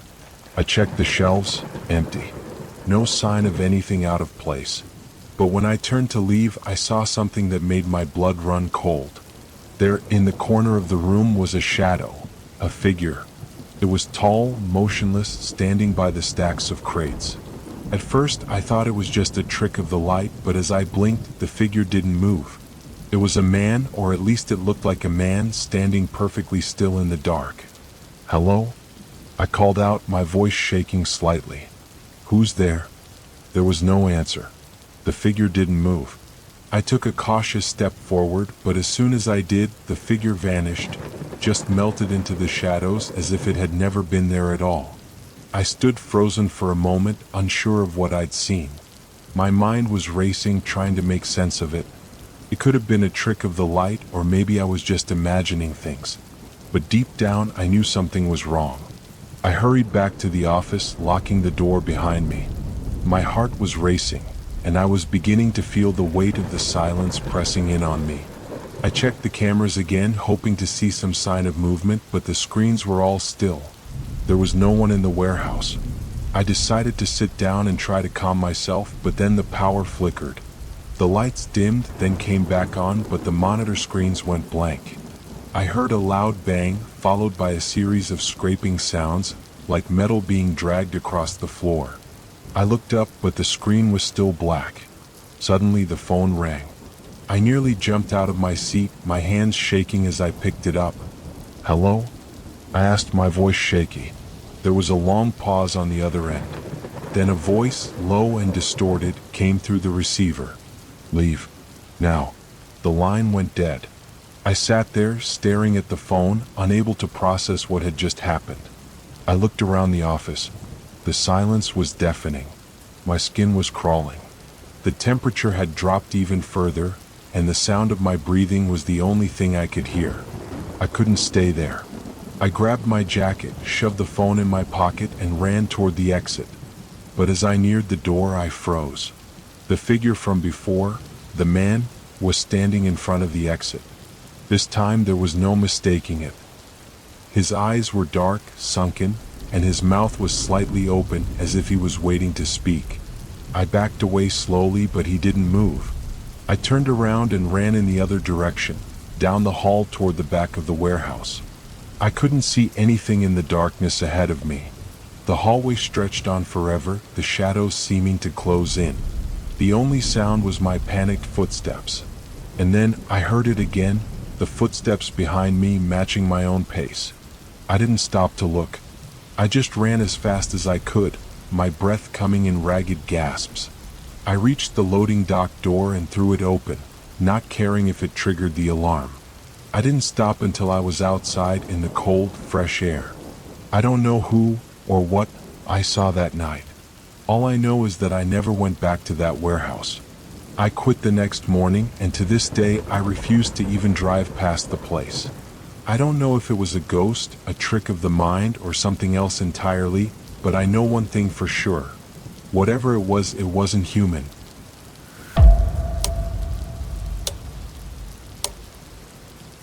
I'd always seen security guard work as a simple gig. Long shifts, minimal action, and a steady paycheck. The place I worked was a small, aging office building that had been converted into a storage facility, tucked away in the middle of a neglected industrial area. There were barely any tenants anymore. Most of the time, I'd just sit at the front desk, watch security monitors, and wait for the clock to tick down to the end of my shift. That night, it was my usual graveyard shift, from midnight to 8 a.m. The office building was eerily quiet, the kind of silence where you feel like something is just waiting to happen. The air was thick with dust, and the hallways were dimly lit by old fluorescent lights that flickered every few seconds. The building wasn't exactly a place people would call homey, but it was safe, and I never worried too much about the weird feeling it gave me. I sat in the small guard office by the entrance, watching the surveillance monitors. They showed empty hallways, storage rooms with locked metal doors, and the small parking lot outside. Most of the tenants were long gone, leaving only a few who occasionally stopped by to retrieve their things. It wasn't unusual for the place to be empty for hours on end. Around 2 a.m., I heard something from the hallway, a faint tapping sound like someone lightly knocking on the wall. I froze for a second. No one should have been here at this hour. I glanced at the monitors, but nothing had changed. The hallways were still empty. I shrugged it off. It was probably just the pipes or the building settling. It wasn't unusual for old buildings to make strange noises in the middle of the night. But then the tapping came again, closer this time. I stood up, my chair creaking under the weight of my movement. I grabbed my flashlight and walked into the hallway. The air was cold, and I could feel a slight chill creeping down my spine. I turned the corner into the dimly lit corridor that led to the storage rooms. The noise stopped as soon as I entered. I was about to turn around when I saw it. A figure. A shadow standing at the far end of the hallway. It was tall, too tall for any of the regular tenants. The figure was completely still, facing away from me. I took a hesitant step forward, then another. "Hello?" I called out, my voice echoing unnervingly through the empty hall. "Is someone there?" No response. I felt a sudden wave of unease and my heart started to race. The figure didn't move. I shone the flashlight toward it, but the beam hit nothing, only the peeling wallpaper and the cold, empty walls. I was about to turn back when the figure shifted. Slowly it turned toward me. I could see now that it was a man, tall, gaunt, his face hidden in shadow. His clothes were ragged as though he'd been wandering for days. But there was something wrong with the way he moved. His body swayed unnaturally, like he wasn't quite sure of his own balance. I stepped back instinctively, my hand tightening around the flashlight. "Who are you? What are you doing here?" The man didn't speak. He didn't make any sound at all. He just stared at me, his eyes wide, too wide, like they were staring straight through me. I could feel his gaze burn into me, cold and empty. I backed up a few steps. "I'm calling the cops," I warned, but I knew I wouldn't be able to get to the phone in time. The man took a slow step forward, his movements jerky and uneven. I wanted to run, but my legs wouldn't move. It was like I was frozen in place, my body betraying me in the face of whatever this was. Just then, the lights above me flickered. For a moment, everything went dark. I heard a scraping sound behind me, like someone dragging something heavy across the floor. When the lights came back on, the man was gone. The hallway was empty. I took a deep breath and hurried back to the guard office, my hands shaking. I checked the monitors again, but there was no sign of anyone, just the usual empty hallways. I was starting to think I had imagined it all, the lack of sleep and the isolation messing with my mind. But then something caught my eye on the monitor. The storage room doors were opening on their own, one after another, all the way down the hallway. I didn't know what was happening, but I knew I needed to get out of there. I grabbed my phone and dialed 911, but before I could speak, I heard a loud thud from behind me. I turned around, and there, standing in the doorway of the guard office, was the man. He was right there watching me. I couldn't breathe. The man's mouth moved, but no words came out. His lips were drawn back in a twisted grin. His eyes were wide, unblinking, his skin pale and stretched tight across his bones. I could see his ribs through the thin fabric of his shirt. I stumbled backward, my heart hammering in my chest. "What do you want?" I gasped, my voice barely a whisper. The man didn't answer. He took a slow step forward, his feet dragging along the floor. I was too terrified to move, too paralyzed by fear to escape. Just then, the sound of a truck engine roared outside. The man paused, and then, slowly, he turned and walked toward the door. He disappeared into the hallway, his footsteps growing fainter with every second. I didn't wait for him to come back. I grabbed my things, ran out of the guard office, and locked the door behind me. My hands were still shaking as I fumbled with my keys to get outside. When I stepped into the parking lot, I saw the truck. An old, rusty delivery truck that I hadn't noticed earlier. The driver was standing next to it, looking at me with a blank expression. "You okay?" he asked, his voice gruff. I don't know," I said, my voice trembling. "I think there's something wrong with this place." The driver shrugged. "You get used to it. This building's been empty for years. People say weird stuff happens here sometimes." I didn't stay to hear more. I got in my car, drove out of that parking lot, and didn't look back. The next day I quit. I never returned to that building. And to this day, I wonder if the man was real, or if it was just my mind breaking from the isolation. But every time I pass by that industrial area, I see the same delivery truck parked near the building. And I can't shake the feeling that, just maybe, I wasn't the only one who saw him.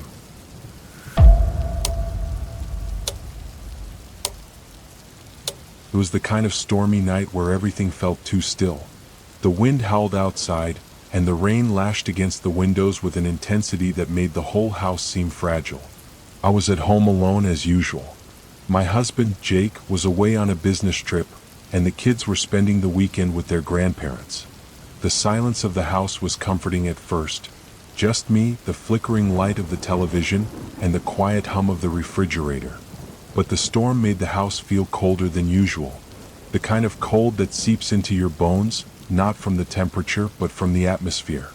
Something about the heavy rain and the gusts of wind made the house creak and groan, as if it were protesting the weather. I wrapped myself in a blanket, curled up on the couch, and turned on a movie to distract myself from the storm. But the wind outside grew louder, and the rain turned into a full-on downpour, tapping against the windows in a rhythmic, almost unnerving way. It was then that I heard it, a soft sound, almost imperceptible, like a tapping at the window. At first I thought it was just the rain, but then I heard it again. This time it was louder, a distinct rapping against the glass. My heart skipped a beat. I got up from the couch and walked to the window, peering out into the rain-soaked night. Nothing. Just the dark, empty street, the rain, and the shadows of trees swaying in the wind. I shook my head, convincing myself that it was nothing. Maybe it was a branch tapping against the window or just the wind playing tricks. But then, as I turned back toward the living room, I heard the front door creak. It was a soft, subtle sound, like the door was slowly opening. I froze. I don't know why I didn't immediately call the police. Maybe it was the isolation or the fact that my mind was still trying to make sense of everything. I stood there at the threshold of the living room, staring at the front door. I could hear something, footsteps, faint and deliberate, moving across the floor in the entryway. The storm outside raged louder, masking any other noises, but I could feel the air grow thick with tension. The hairs on my neck stood on end. Then I heard it. A soft voice, barely a whisper, came from the other side of the room. "Hello?" I nearly screamed. It was as if someone had just stepped into the house, into my life, without me even noticing. My breath hitched in my throat, and I felt a sudden, overwhelming surge of fear. I didn't recognize the voice. It was low, almost pleasant, but there was an undertone of something darker, something wrong. I didn't know what to do. I was frozen, paralyzed by the sheer terror of the situation. The voice came again, but this time it was closer, as though the person was right outside the living room door. "Are you there?" I reached for my phone, trying to calm myself enough to dial 911. But the phone slipped from my hands, landing with a thud on the floor. I couldn't make a sound. My body was refusing to move, refusing to do anything. My heart was hammering in my chest, and my mind was racing, trying to understand what was happening. The footsteps outside the door grew louder. I held my breath, waiting. My entire body was tense, my muscles aching from being so still, but I couldn't move. I couldn't leave. The door to the living room creaked open.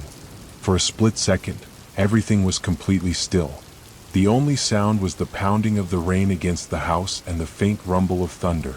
Then, through the dim light of the hallway, I saw him. A man. Tall, wearing a dark, hooded coat. His face was hidden in shadow, but I could feel his eyes on me, cold, calculating eyes that seemed to pierce through the darkness. I gasped, stumbling backward, my mind scrambling for some sort of escape plan. But the man didn't move. He stood there, his figure blocking the doorway, his gaze fixed on me with unnerving stillness. The silence stretched on, thick and suffocating. "Who are you?" I managed to whisper, my voice barely audible. I was shaking, my throat dry. He didn't answer. He simply took a slow step forward, his movements deliberate, measured. My mind raced. I had to get out of there. I had to run. But the hallway behind me was dark, and the front door, my only exit, was blocked. I could feel my body trembling, the terror making it hard to think clearly. Suddenly, I heard the sound of a phone ringing. It was faint, distant, but it was coming from the kitchen. It was my phone. I didn't know how it got there, but the sound of it ringing, so normal in contrast to the terror I was feeling, snapped me out of my paralysis. I bolted toward the kitchen, grabbing the phone and fumbling to answer it. "Hello?" My voice cracked, panic rising in my chest. "Is everything okay?" It was Jake. His voice sounded distant, but it was a lifeline. "I just got a weird text.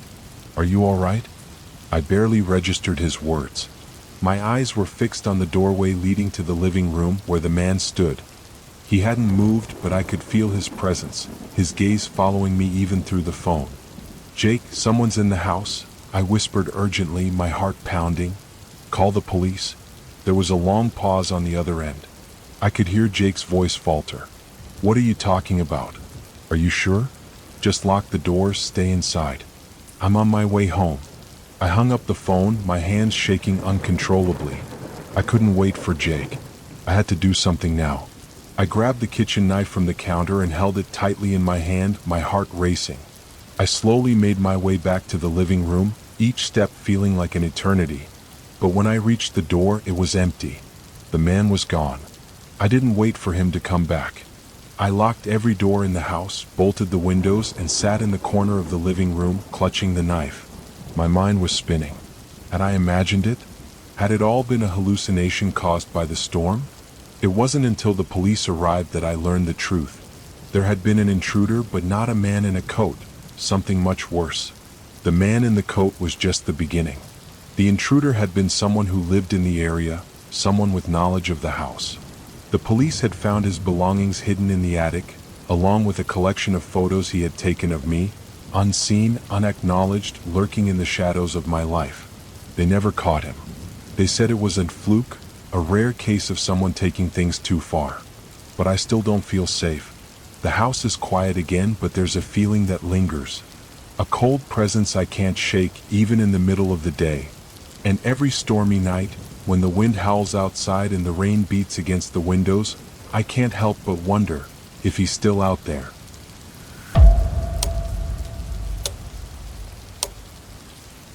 It was a quiet Friday evening when I got the delivery assignment. I worked as a delivery driver for a local restaurant, and usually my routes were simple, taking me through familiar neighborhoods in the city. But this particular night, the orders were light, and I was sent to an address on the edge of town, an old, somewhat dilapidated house surrounded by trees. It was far from the usual hustle and bustle of the downtown area, which made it feel a bit off. But it wasn't too far, so I shrugged it off. The pay for this order was decent, and I needed the cash. The rain had started to come down heavily as I approached the house, its headlights illuminating the long, unkempt driveway. The windows were dark, except for a faint light flickering on the second floor. It was one of those old houses you see in horror movies, creaky wooden fences, overgrown shrubbery, and a general sense of neglect. But I wasn't in the mood to dwell on it. I had a job to do. I parked my car at the end of the driveway, the tires crunching on the wet gravel, and grabbed the bag of food. The rain was pouring now, making everything look blurry through the windshield. I didn't want to get soaked, so I hurried up the porch steps and rang the doorbell. The sound echoed through the house, a sharp, hollow ring that seemed to reverberate longer than usual. I waited, shifting my weight from foot to foot, hoping the person would answer quickly. But there was no immediate response. I rang the bell again, this time more forcefully. Finally, the door creaked open just a few inches, revealing a man in his mid-40s. He wore a dark robe, his face shadowed by the dim light from inside. His eyes, though, were what made me stop in my tracks. They were wide, too wide, and there was an unsettling emptiness in them, like he hadn't slept in days. "Is this your order?" I asked, trying to sound as professional as possible, despite the unease crawling up my spine. He didn't speak at first. Instead, he just stared at me for what felt like forever. I glanced down at the bag in my hand and then back at him, trying to get a read on the situation. Your food's here," I said again, forcing a smile. "Just $15.50, please." Finally, the man nodded and opened the door a little wider. I stepped forward, hesitating just for a second before handing him the bag. But as soon as I did, he didn't take the food. Instead, his hand gripped the door frame and he pulled it just enough for me to see that the house behind him was off. The hallway was dark, but I could make out shadows moving, not in the way they should, slow, deliberate, like someone was standing just out of sight, watching. I forced a smile, awkwardly shifting on my feet. "Is there anyone else here?" I asked, trying to keep the tone casual, but something about the whole scene made me feel like I was about to stumble into a nightmare. The man didn't answer right away. His gaze flickered past me, out into the rain, like he was checking to make sure I hadn't brought anyone else. The silence stretched, and the air felt heavier, like I was being suffocated by the tension. "Just me," he said finally, his voice low and hoarse. It didn't sound right, like his throat was dry or strained. "Just me." I handed him the receipt, feeling an odd chill crawl across my skin. "Okay, well, the total's on the slip, I said, stepping back toward the porch. That's when I heard it, an odd scraping noise like nails on wood coming from somewhere deeper inside the house. It wasn't a normal house sound. This was deliberate, like something, or someone, was dragging something heavy across the floor. I froze, instinctively looking over my shoulder, but when I turned back to the man, his face had changed. His eyes were wide again, but this time they looked frantic. His mouth was slightly open, like he was about to say something, but he didn't. Instead, he took a step back, pulling the door halfway shut. The motion was quick, almost too fast. Before I could process what was happening, the door slammed shut with a loud bang. My heart jumped in my chest. For a split second, I stood frozen on the porch, confused and scared. But then, the scraping sound grew louder, and I saw a shadow dart across the upstairs window. I could hear the sound of footsteps, slow, deliberate steps, moving across the upper floor, pacing. I don't know why, but something in me told me to leave. Fast. My instincts screamed that I needed to get out of there, but before I could turn to go, the door opened again. The man was standing there, only now he wasn't holding the food. "Please," he whispered, his voice barely audible over the rain. "You need to leave." I barely had time to react before the door slammed shut again, harder this time. My heart pounded, and my hand instinctively reached for my phone. I quickly dialed 911, my hands trembling as I tried to steady myself. The phone rang twice before someone picked up. 911, what's your emergency? There's something wrong, I stammered, my voice shaky. I delivered food to a house and something's wrong. There's someone inside. I think they're being held hostage or there's something. Stay on the line, ma'am. Where are you? The dispatcher's voice was calm, professional. I was about to give her the address when I heard a loud crash, followed by shouting from inside the house. The man was yelling, but it wasn't words I could understand. It sounded like desperate, incoherent pleas. I heard more movement, frantic now, and a door slamming open. Suddenly, the house was silent. Too silent. I stayed on the line with the dispatcher, my heart racing as I backed away from the house. I could feel the eyes of the windows watching me, though I couldn't see anyone. The police arrived 5 minutes later. I was standing across the street, watching them surround the house, the flashing lights illuminating the dark, rain-soaked yard. The officers went inside and I could hear muffled voices, shouting, then the sounds of rushing feet, followed by a loud crash. When they came out, they were carrying the man. His eyes were wild, his body twitching uncontrollably, like he wasn't in full control of himself. There was no sign of the other person I'd heard, no one else inside. The police told me later that they found strange symbols painted on the walls of the house, almost like rituals, and that the man had been in some kind of trance, muttering strange things about being trapped and needing to finish the job. I never took another delivery to that house. But I couldn't shake the feeling that the man wasn't alone, even when the house seemed empty. Something had been lurking in there, something that wanted to be found. And it wasn't done yet.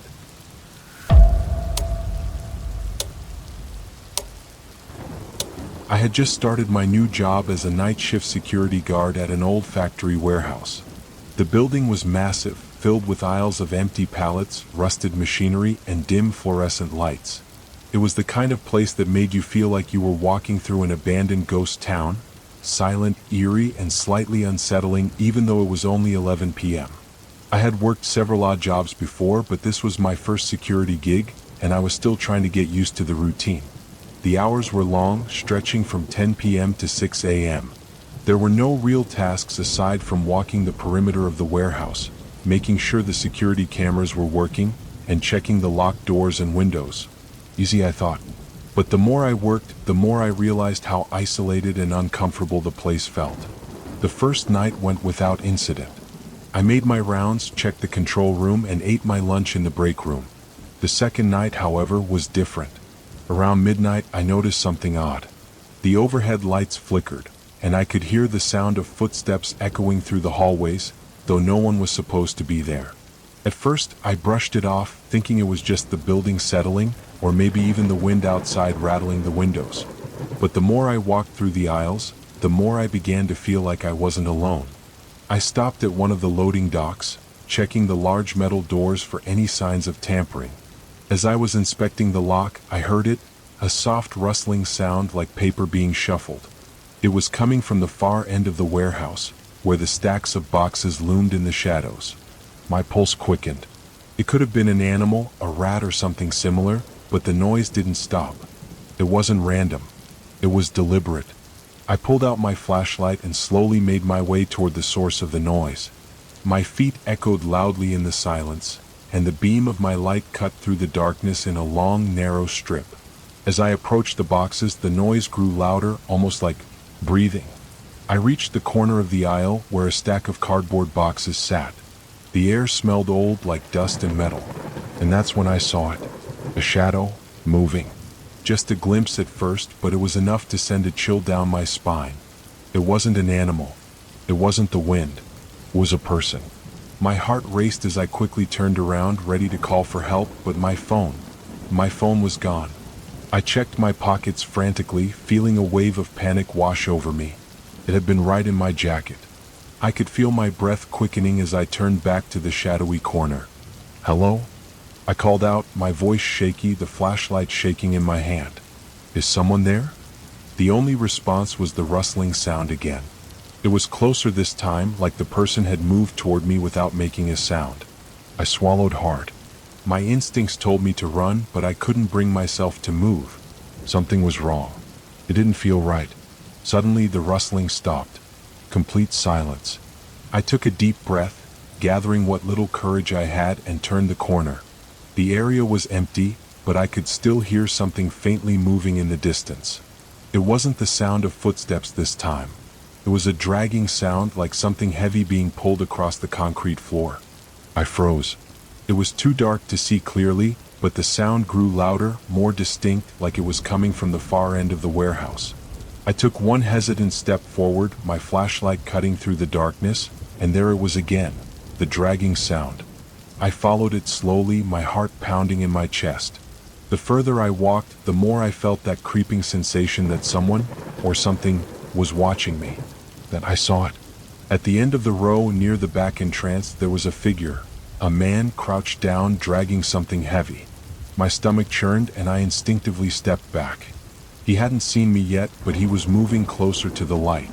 I didn't wait. I turned and ran. The moment I sprinted toward the nearest door, I heard it, a sharp, hurried footstep behind me. Someone was chasing me. I reached the security office, slamming the door behind me and locking it.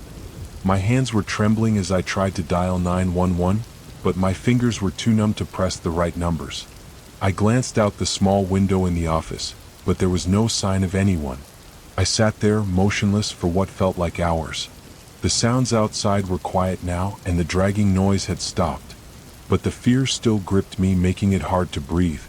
Around 3 a.m., I heard the doors at the far end of the warehouse open. I cautiously peeked out the office window.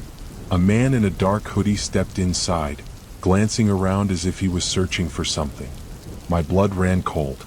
I didn't know who he was or what he was looking for, but I had a strong feeling he wasn't supposed to be there. He moved quickly, scanning the area before disappearing into one of the aisles. I didn't wait around to find out what he was doing. I called the police, but when they arrived, the warehouse was silent again, as if nothing had happened. There were no signs of the man, no evidence of anyone being in the building except for me. They checked the security cameras, but the footage was corrupted. No one had entered the building after my shift began. When they left, I walked through the warehouse one last time, checking all the rooms, the aisles, and the loading docks. Everything was locked up tight. The only thing out of place was a set of deep footprints leading from the back door toward the office. But the strangest thing? They didn't match my shoes. The next day, I spoke to the other security guards about what had happened. They shrugged it off. They said the warehouse was old and sometimes played tricks on your mind. But I knew what I had heard. I knew what I had seen. And to this day, I can't shake the feeling that I wasn't alone that night. There's something, or someone, still hiding in those dark corners, waiting for the next night shift to begin.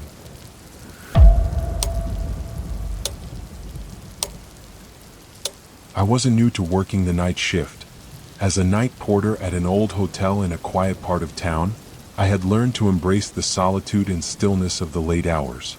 Most of the time it was peaceful, Guests checked in, checked out, and I spent my time either behind the front desk or doing small maintenance tasks around the building. That night, however, something felt off. It had been raining for hours, the sound of droplets tapping against the windows filling the air. The lights in the lobby flickered once or twice, but I didn't think much of it. The hotel was old after all. I was used to the occasional electrical hiccup. It was just past 1 a.m. when the first guest of the night arrived. I noticed the headlights of a car pulling into the parking lot, its tires skidding slightly on the wet pavement. A man dressed in a dark coat stepped out and made his way toward the front door. "Good evening," I greeted him as he walked inside, the bell above the door jingling. "Hi," he responded curtly, his voice almost too soft to hear over the rain. "I have a reservation." I nodded and checked the register. There it was, one booking for a single night under the name Jade Carpenter. No further details, just the usual contact information. "Room 306, sir." "Enjoy your stay," I said, handing him the key. He didn't respond, only gave a faint smile before walking toward the elevator. His footsteps were muffled by the carpeted hallway, but the silence around me made it seem unnervingly loud. I returned to my desk, trying to push away the uncomfortable feeling that had settled in the pit of my stomach. A few hours passed, and the hotel was as quiet as ever. The rain hadn't stopped, and it felt like the world outside had disappeared behind a curtain of water. Around 3 a.m. I began to get sleepy. I was about to grab a cup of coffee when the phone rang, loud and sudden in the dead of night. "Front desk," I answered, trying to keep my voice steady. "Room 306, came the voice on the other end. It was the man from earlier, but his tone was different, sharper, more urgent. "I need help. Please, come upstairs." My heart skipped a beat. There was something off about the way he spoke. Almost desperate. "Is everything okay, sir?" I asked, trying to mask the unease creeping into my voice. "No. Please just come," he said, his voice trembling. "You have to see this." The line went dead before I could respond. I hesitated for a moment, my hand still gripping the phone. Was it a prank? The hotel had its share of odd guests, but this felt different.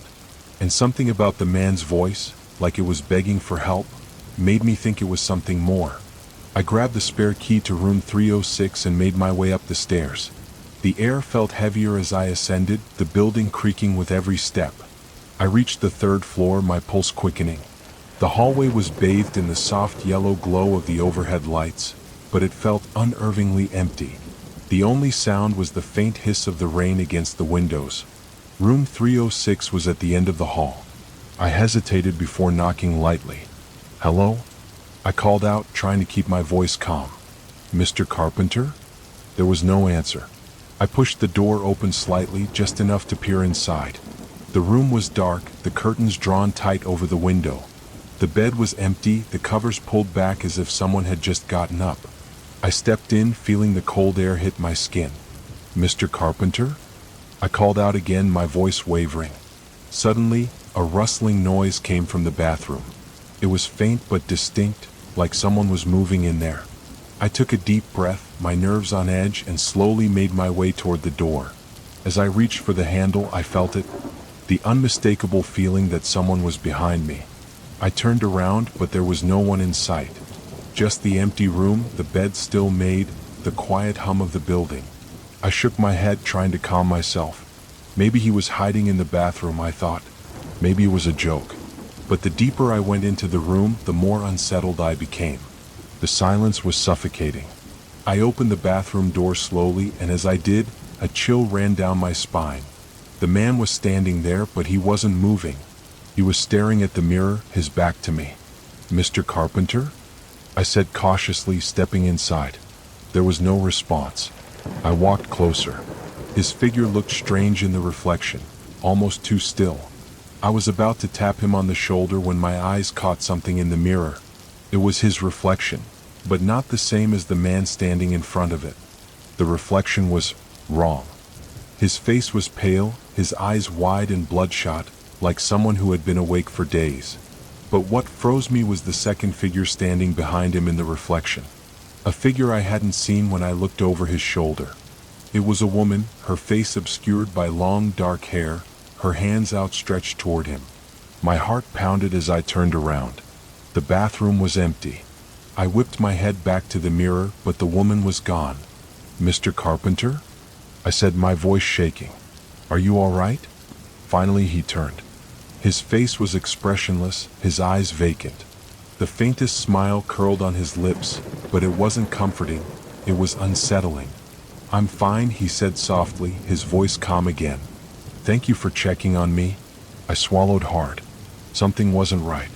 I could feel it in the air, in the way his eyes never quite met mine, in the way the room felt colder. "I'll leave you to it," I said, stepping back, my feet moving quicker than usual. I turned and left the room, my mind racing with questions I didn't want to know the answers to. The rest of the night passed uneventfully, but I couldn't shake the feeling that something had changed, that something had followed me. I never saw Mr. Carpenter again after that night. When I checked the log the next morning, his reservation had been canceled. The room had been left just as I'd found it, except for one thing. On the bathroom mirror, there was a faint smear of dark, wet fingerprints. I never took another late-night shift alone again. The image of that woman's reflection, and the cold, vacant stare of Mr. Carpenter, still lingers in my mind long after I've left that hotel.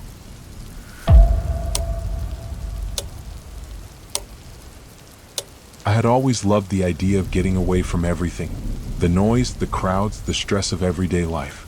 When I found a small, isolated cabin in the middle of the woods available for rent, I knew it was the perfect escape. The cabin was located in a remote area far from the nearest town, with only a single dirt road leading to it. No neighbors for miles. Just peace and quiet. It was late October when I drove up there, the air cool and crisp, leaves scattered across the winding road.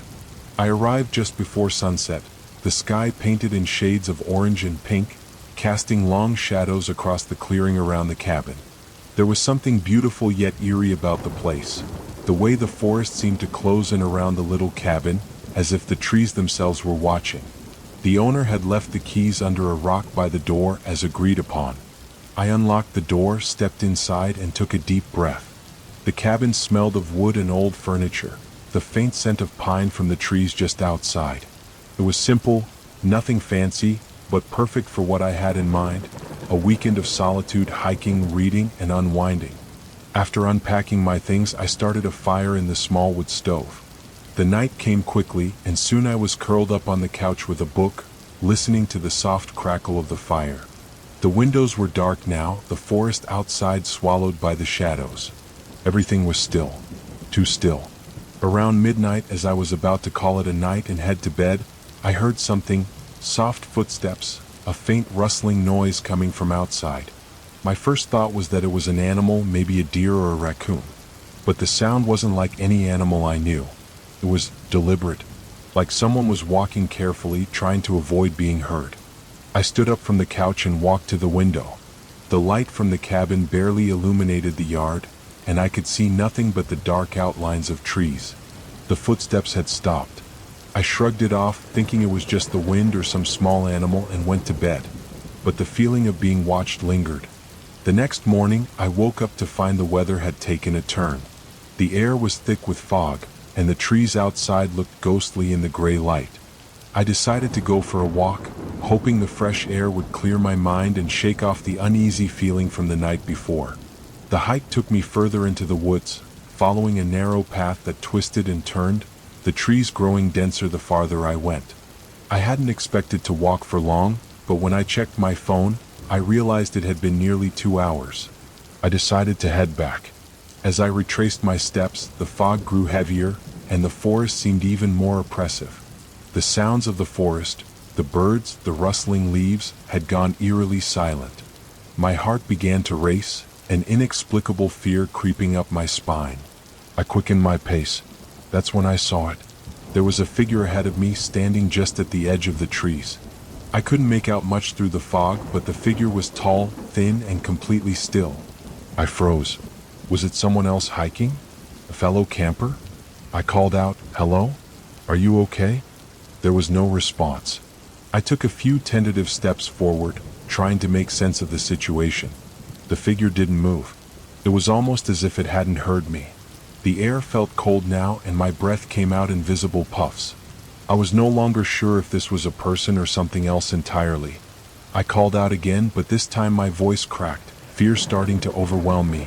The figure still didn't respond. I turned around, my heart pounding in my chest.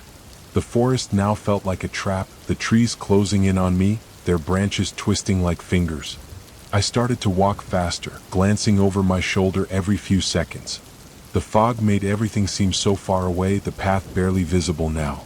That's when I heard the footsteps again, this time closer. Someone, or something, was following me. I didn't dare look back. My steps grew frantic as I pushed myself to move faster, faster than I thought I could. The footsteps grew louder, almost in sync with mine. I was too scared to stop and listen carefully, but I knew one thing for sure. Someone, or something, was right behind me. I finally reached the cabin, the door still standing open where I had left it. I slammed it shut behind me and locked it, panting heavily. My heart was racing, and my mind was a whirlwind of confusion and fear. Had I imagined the figure in the woods? Was someone really out there? I spent the rest of the day in the cabin, staring out the windows, terrified to step outside again. The weather didn't help, it remained thick with fog, and the forest seemed to grow darker as the sun began to set. That night, the footsteps returned.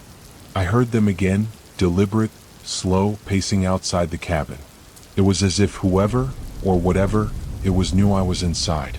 The sound of the footsteps circled the cabin, stopping for brief moments before continuing. I grabbed the flashlight, trying to steady my trembling hand, and opened the front door just a crack. I scanned the yard, but there was nothing there. No movement, no figure in the fog. I shut the door again and locked it, the hairs on the back of my neck standing on end.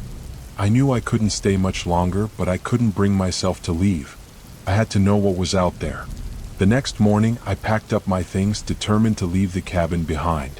As I walked outside, I saw something that froze me in my tracks. There, in the wet ground outside the cabin door, were large footprints. Footprints that clearly didn't belong to any animal. They were too wide, too deep, as if something heavy had been walking around the cabin in the night. And at the very edge of the prints, just on the line where the grass met the forest, there was something else. A small, neatly folded piece of paper. I didn't pick it up. Instead, I ran to my car, got in, and sped off without looking back. To this day, I don't know who, or what, was out there in those woods. But I never went back to that cabin, and I never took a solitary trip into the woods again. The forest had a way of making you feel small, insignificant, and uninvited. It was a place that kept its secrets, and I had learned to leave them alone.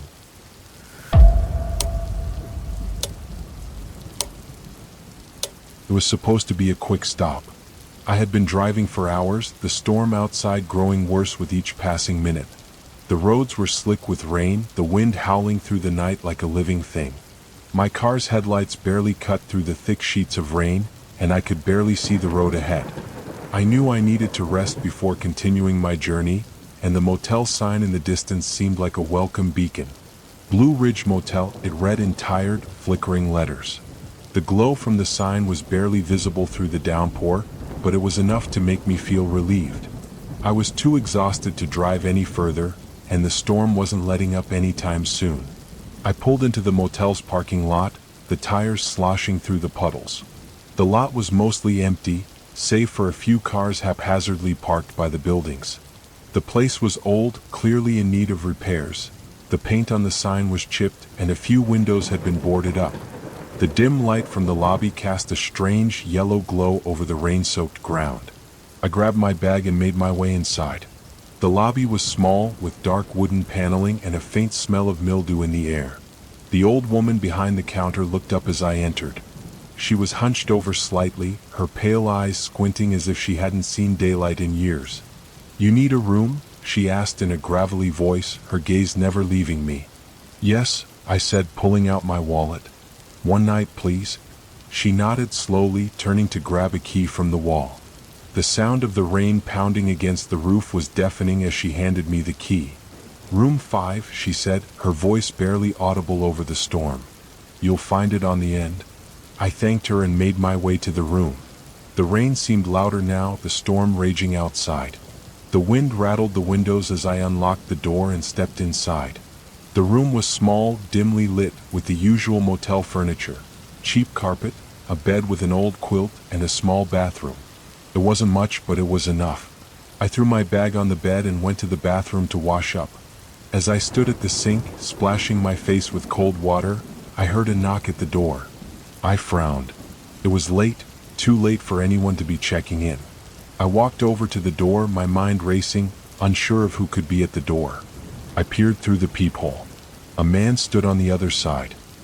He was tall, with dark hair and a long coat that was drenched from the storm. He looked like he had been standing there for a while, his face pale and expressionless. I hesitated, then opened the door a crack. "Can I help you?" He didn't say anything at first, just stood there staring at me. His eyes were unnervingly still, almost dead. Finally, he spoke in a low voice, barely audible over the storm. "Do you have a phone?" he asked. I blinked, confused. "No, I don't have one with me." His gaze never left me, and for a moment I thought he might say something else. But instead, he simply nodded, turned around, and walked away. I stood there for a few seconds, unsure of what to do. Should I have called someone? But I didn't want to get involved. I closed the door, locking it behind me. I tried to shake off the uneasy feeling that had crept into my chest. The storm was getting worse. I turned off the lights and climbed into bed, hoping to get some rest before heading out in the morning. But sleep didn't come easy. Every time I closed my eyes, I kept hearing that faint knock at the door, and the man's dead stare haunted me. I tossed and turned for hours, the sound of the wind and rain outside growing louder and more violent. Then around 3 a.m. the knock came again. I froze, my heart pounding in my chest. It was the same soft, insistent knock. I could feel my skin prickle with fear. I crept to the door again, cautiously peering through the peephole. This time there was no one standing outside. I opened the door just enough to stick my head out. The rain had calmed slightly, but the night felt colder, heavier. I checked the hallway, but it was empty. Just the hum of the motel's aging neon lights. I felt a strange sense of relief. Maybe I was just imagining things. Maybe the man had left. I closed the door, locking it once again, and decided to try and sleep. But no matter how hard I tried, I couldn't shake the feeling that something, was still out there watching. Around 4 a.m., I woke up suddenly. There was a noise, a scraping sound like something being dragged across the floor. I sat up, listening. It was coming from the hallway. I tried to ignore it, telling myself it was just the old motel settling. But then I heard it again. And this time it was closer. It sounded like footsteps, slow, deliberate, and getting closer to my door. I stood up, my legs shaking. I grabbed my keys, trying to stay as quiet as possible, but the sound of the footsteps grew louder, more pronounced. I reached the door and looked through the peephole again. This time there was a shadow standing there, too tall and too still. I didn't know what to do. Should I call the police? Should I leave? The room felt smaller, suffocating, the air thick with tension. Suddenly, the door handle rattled as if someone was trying to get in. I stumbled backward, heart racing as I fumbled for my phone. But I had left it in my car. The rattling stopped. I waited for what felt like an eternity. When I finally mustered the courage to open the door, I found nothing, no one. Just the quiet hum of the old neon sign and the steady, unyielding rain outside. The storm had passed by morning. The parking lot was empty, the motel almost completely deserted. I quickly packed my things and left, not bothering to check out. I never found out who the man was or why he had come to my door. I never figured out what the scraping noise was in the hallway. But I knew one thing: I would never ever stop at that motel again. Some places are meant to be avoided, and that night I had learned just how deep the shadows could go.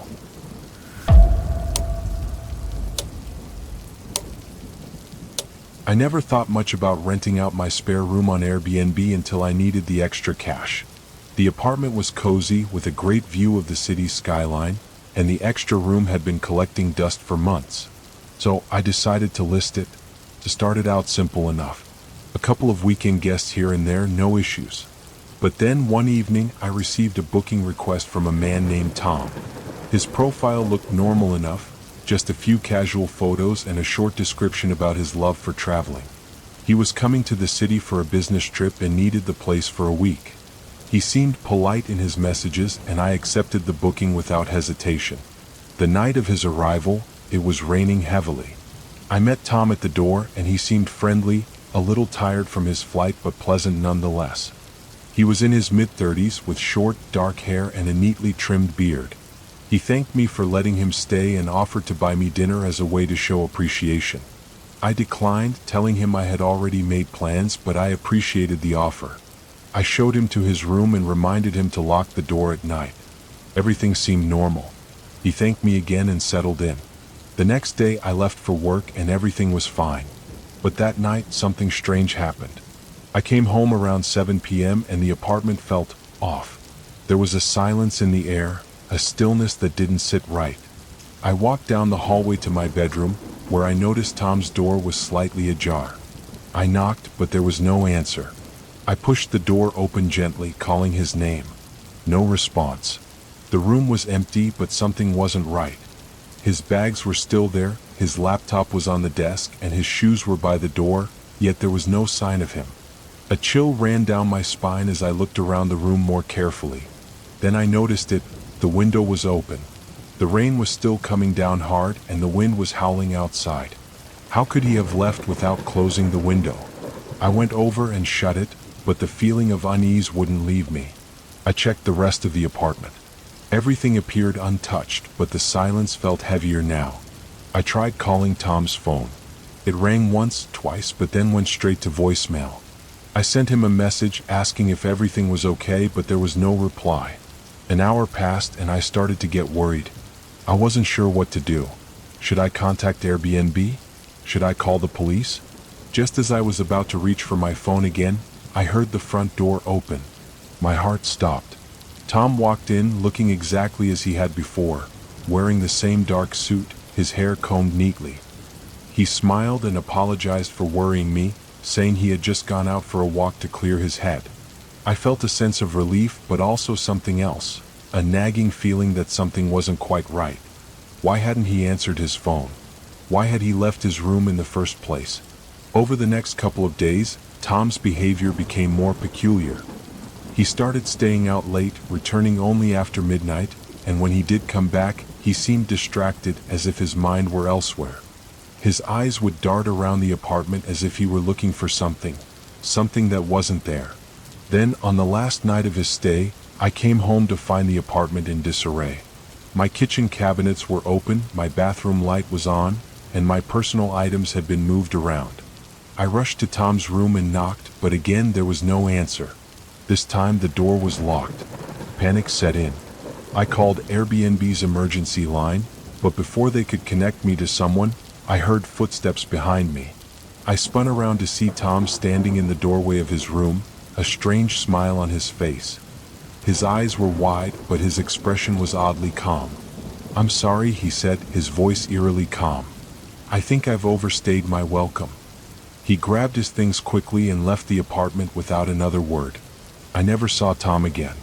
I immediately took down the listing on Airbnb and decided never to rent out the room again. Every so often, I get a strange feeling when I walk past that room, like someone's still there watching me.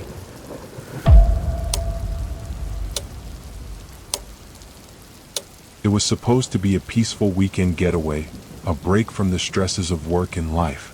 My buddy Mark and I had planned this fishing trip for months, an escape to a remote lake up in the mountains. It was secluded, tucked away from civilization, and we figured it would be the perfect place to relax and catch some fish. The drive was long, winding through narrow mountain roads that got progressively worse the deeper we ventured into the forest. By the time we arrived, the sun had dipped below the horizon, leaving only the dimming light of dusk. The weather had taken a turn as well. Clouds had rolled in and a light drizzle had started to fall, making the dirt roads slick and muddy. We unloaded our gear and set up camp near the edge of the lake. The air was thick with the smell of pine and wet earth, and the sound of the rain falling on the water was oddly soothing. The small tent we had brought barely fit the two of us and all our gear, but we managed to get everything in place. Mark started a fire and I set up the fishing poles. By the time we settled in, the rain had become a steady downpour. We didn't mind much. We were used to the weather, and it added a sense of adventure to the trip. We cooked dinner over the fire, cracking open a couple of beers and talking about life, about the past, and about what the future might hold. It was peaceful in that quiet, isolated way that only nature can provide. But as the night wore on, something started to feel off. The sound of the rain wasn't the only noise in the air. We both began hearing faint, strange noises coming from the forest. At first, we thought it was just the wind or some small animals moving around. But then it became clearer. It was something heavier, deliberate, like footsteps crunching on the wet ground. I looked at Mark. "Did you hear that?" I asked, my voice barely rising above the sound of the rain. Mark paused, his eyes narrowing. "Yeah," he said slowly. "I heard it too. Probably just a deer or something." But as the minutes passed, the footsteps didn't stop. They seemed to get closer, circling our campsite. I felt my stomach tighten. There was no way a deer would be moving that deliberately, walking in such a pattern. It wasn't the sound of an animal at all. I grabbed my flashlight and shone it in the direction of the noise, but the beam only cut through the darkness for a few feet before being swallowed by the rain-soaked trees. The sound continued, but now it was joined by something else, a faint whisper like voices drifting through the air. I couldn't make out the words, but the tone was wrong, distorted and low. I stood up, scanning the trees. "Mark, I think someone's out there." Mark chuckled, but the laughter was nervous. "Man, we're way out here in the middle of nowhere. It's just your imagination." But I wasn't so sure. The footsteps were too deliberate, the whispers too unsettling. I wanted to believe it was nothing, but the longer it went on, the more unnerving it became. The rain intensified, hammering down on us in sheets, and the temperature dropped. The atmosphere around us felt charged, like something was about to happen. Then, as if to confirm my fear, we both heard it at the same time. A loud crash, something large falling in the forest. The noise echoed through the trees, followed by a sharp, hollow thud. My heart raced, and I could feel a tightness in my chest. There was no way that was an animal. It sounded like something or someone had fallen from a tree or been thrown to the ground. Mark stood up quickly. "All right, screw this. I'm going to check it out." "No," I hissed, grabbing his arm. "We need to get out of here. This isn't right." Mark looked at me, his face pale. He was no longer laughing. "You're freaking me out, man. I'll be fine." Before I could stop him, he grabbed his flashlight and headed toward the trees, moving toward the sound of the crash. I was frozen in place, torn between following him or staying put. But as he disappeared into the darkness, I could hear him calling my name, his voice echoing through the rain. "Matt, get over here," Mark yelled. "You need to see this." I felt a cold chill shoot down my spine. I knew something was wrong. I grabbed my gear and ran toward him, but by the time I reached the edge of the trees, I stopped dead in my tracks. Mark was standing there, staring down at something. His flashlight was aimed at the ground, and he was frozen in place, his mouth agape. I followed the beam of light and saw what he was looking at, a pair of boots, half sunk in the mud. They were old, the kind of boots you'd see on someone who worked outdoors for years. But what stood out was the blood, dark, pooling around the boots. It trailed off, leading deeper into the woods. Mark didn't move. He didn't say anything. His eyes were wide with terror, and I could see his hand trembling as he held the flashlight. The hairs on the back of my neck stood up and my gut twisted. I took a step back, feeling the weight of something looming in the trees. And then we heard it again. A low, guttural growl, followed by the sound of something heavy moving through the brush. It was coming closer, and it wasn't human. Panic surged through me, and I grabbed Mark, pulling him away from the spot. We ran back to the campsite, not daring to look back. The sounds of footsteps and the growling grew louder, until it felt like something was right behind us. We reached the camp, scrambling to grab our stuff. I didn't care about the gear, I didn't care about the fish. We just needed to leave. The growling continued, circling our camp as if it was watching us, waiting. We didn't wait for daylight. I started the truck and we sped off, the heavy rain obscuring the road. Neither of us said a word the entire drive back to town. I don't know what we encountered that night, but I know this. I will never, ever go back to that lake again.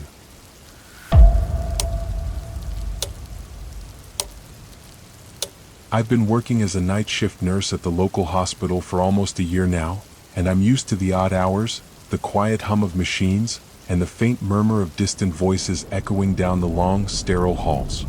Most nights are uneventful, patients resting, the occasional emergency, and the never-ending paperwork. But that night was different. It started like any other shift. I arrived at 7 p.m., the usual change of guards between day and night staff. We exchanged small talk, most of us half-heartedly discussing the latest news or the weather. But there was something in the air that night, an unsettling quiet that I couldn't shake. It wasn't the usual calm. It felt heavier, almost suffocating. By 10 p.m., the hospital had emptied out. Only a few patients remained in the ICU and a few more in recovery. Most of the other nurses were making their rounds, checking vitals, administering medication. I was assigned to the ER, which wasn't too busy that night. Just a few minor cases, sprained ankles, someone who slipped while walking their dog. It was mundane, almost soothing. But then, around midnight, the first odd thing happened. I was standing at the nurse's station, making notes on the clipboard, when I heard soft footsteps approaching. It was strange because there were no patients near the ER entrance, and the only other people in the building were the night shift staff. I glanced up, expecting to see one of my colleagues, but the hallway was empty. A chill ran through me. I shook my head, chalking it up to the lack of sleep. Maybe I was hearing things. But then it happened again. This time I heard a faint voice, one that was too soft to make out clearly. It was coming from the direction of room 309, a room that had been empty all night. I had just passed by it moments earlier, and the door was closed, the lights off. But now I could hear someone whispering from within. Curious, I walked toward the room. The door was slightly ajar, and as I pushed it open, I saw something that made my blood run cold. A figure was sitting in the chair next to the bed. It was a man, or at least it looked like a man. His face was pale, his body hunched forward, and his clothes were ragged, like someone who hadn't slept in days. His eyes were fixed on the empty bed, his hands twitching nervously in his lap. But there was no patient in the bed. The room was completely still. I cleared my throat, trying to make my presence known. "Excuse me, sir, are you all right?" The figure didn't move. His eyes didn't even flicker in my direction. I took a step forward, but as I did, the room temperature dropped drastically. It was as if a heavy fog had rolled in from nowhere, making the air thick and cold. "Sir?" I repeated, this time more firmly. Suddenly, the figure's head snapped toward me and I froze. His eyes were empty, like black holes, hollow and staring. He opened his mouth, but no sound came out. Just a strange, rasping breath. I stumbled backward, my heart racing. "You need to leave. This room is empty. There's no patient here." The man, or whatever it was, stood up slowly, his limbs jerking unnaturally as he moved toward the door. But as he got closer, I noticed something that made my stomach churn. His feet never touched the ground. They hovered just above the floor as if he was floating. I backed away, my mind racing. Was I hallucinating? Had I finally lost my grip on reality from the exhaustion? But no, this felt too real. I turned to leave, but as I reached the hallway, I heard the whisper again, this time louder. "Help me." I spun around, expecting to see the man behind me. But the hallway was empty. Room 309's door was now completely closed. The air felt thick, oppressive, and I couldn't shake the feeling that something was wrong. I called out to one of the other nurses, but when they came to check the room, there was nothing. No sign of the figure, no trace of any disturbance. Room 309 was as empty as it had been before. The rest of the night passed in a blur. I couldn't stop thinking about what I'd seen, or thought I saw. I kept my distance from that hallway, avoiding room 309 at all costs. My colleague even mentioned later that she checked the room again and found nothing out of the ordinary. It was just a normal hospital room, she said. But I knew what I had seen. When I went home the next morning, I felt exhausted, like I hadn't slept in days. I couldn't shake the image of that man, his hollow eyes staring into me, and the cold, oppressive feeling that had followed me through the hallways. That night, I couldn't bring myself to return to the hospital.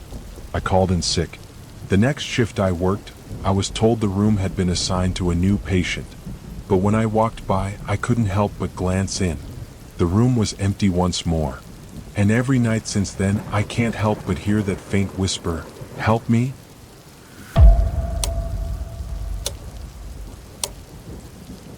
I had always enjoyed living in the suburbs.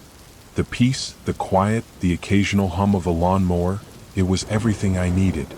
After a hectic few months at work, I decided to rent a house on a quiet street just outside the city. It seemed like the perfect place to escape the noise of my daily routine. The house itself was charming, a two-story brick building with ivy creeping up the sides. The previous owners had taken good care of the place, and the neighborhood seemed friendly, though a bit secluded. Most of the people I saw were older couples, living peaceful, quiet lives. I figured it would be easy to settle in, focus on work, and enjoy the calm of suburban life. The first few days passed without incident. I unpacked my things, explored the neighborhood, and exchanged pleasantries with the neighbors. It was just what I needed, a breath of fresh air. But then, on the third night, something strange happened. I had just finished dinner and was curling up on the couch with a book when I heard the faint sound of footsteps outside my bedroom window. At first, I dismissed it, assuming it was just a late-night jogger or someone out walking their dog. But as the minutes passed, the sound grew clearer and more deliberate, slow, almost measured, as if someone was walking around the house on purpose. The footsteps were soft but unmistakable. I got up and looked out the window, but there was nothing there. The street was dark and still, bathed in the pale glow of street lamps. I tried to shrug it off, thinking maybe it was an animal or just the house settling, but the unease lingered. The following night, it happened again. This time I was ready. I waited by the window, straining my ears to listen for the footsteps. When they returned, I saw him, a man no older than 40, walking slowly along the sidewalk in front of my house. He wasn't looking at any of the houses, not at the street signs, not at anything. His eyes were fixed ahead, blank and unseen, as if he was in a trance. He passed my house, then turned and walked back in the opposite direction, still with that vacant, expressionless face. I couldn't help but stare, my heart pounding in my chest. There was something wrong about him, something unsettling in the way he moved, like he wasn't even aware of the world around him. He didn't seem to notice me watching from the window. The next day, I asked Mrs. Clayton, one of my neighbors, if she had seen anyone walking around at night. She looked at me, her eyes narrowing slightly. "Not around here," she said slowly. "No one walks around here at night. It's too quiet for that." I thought it was odd, but I didn't push her for more information. That night, I stayed up late, hoping the man wouldn't come back. But when I heard the footsteps again, I didn't move. I just lay there, staring at the ceiling, my pulse quickening. This time, the man was closer, right outside my bedroom window. I could hear his heavy breathing, slow and labored, like he was trying to control it. I didn't dare look out the window again. Instead, I pulled the covers up to my chin and tried to block out the sound. But it was there, persistent, relentless. The man didn't stop. The footsteps continued until, just before dawn, they finally faded away. The next morning, I went to work, trying to push the memory of the night out of my mind. But when I returned home that evening, things started to get worse. The air felt heavier, charged with something I couldn't quite explain. I opened the front door and noticed something strange. There were footprints in the dirt leading up to my porch. I hadn't been outside since the night before. The steps in the dirt were fresh, as though someone had been standing there just minutes ago. My heart raced as I stepped back, my mind spinning with the possibility that the man from the previous night had been to my house again, but this time, he hadn't walked away. He had waited right outside my door. I went inside and locked the door behind me. As I moved through the house, I tried to shake off the paranoia, but it clung to me like a shadow. When I got to the kitchen, I found another strange detail. The window was open. I knew I hadn't opened it. I checked it before leaving that morning, and it had been securely closed. The only explanation was that someone had been inside. I ran to the front door and checked the locks, still in place. But as I turned back toward the living room, I froze. The couch cushions were out of place, as though someone had been sitting there. And then I saw it. A small item on the coffee table, something I was sure I hadn't left there. It was a photo of me taken from the corner of the room. My skin went cold. Someone had been inside my house, watching me. I felt the walls closing in, the fear settling over me like a thick fog. But there was no sign of forced entry, no indication of a break-in. The locks were still intact and the windows hadn't been tampered with. I spent the rest of the night in a daze, jumping at every sound, too terrified to leave or even fall asleep. The next morning, I decided I needed to get out. I packed my things and left for a few hours, driving aimlessly to clear my head. When I returned, I noticed something even more unsettling. The photo was gone. I checked every room, every nook and cranny of the house, but the photo was no longer anywhere to be found. It was as if it had vanished into thin air. My mind raced with the possibilities, none of them good. Had the man returned to take it? Had he been inside again? That night, I sat in my living room, too afraid to sleep, when I heard the footsteps once more. They were slow, deliberate, just like before. But this time, I didn't look out the window. I didn't even dare to move. I just waited, hoping that somehow the nightmare would end. But it didn't. The footsteps circled the house, paused near my window, and then continued. And then I heard something else. A whisper, soft, faint, but unmistakable. It came from the direction of the front door. "Come out," it said. "I'm waiting." I didn't know how much longer I could stay in that house, but I was too scared to leave. It felt like whatever was happening was already too far gone to escape.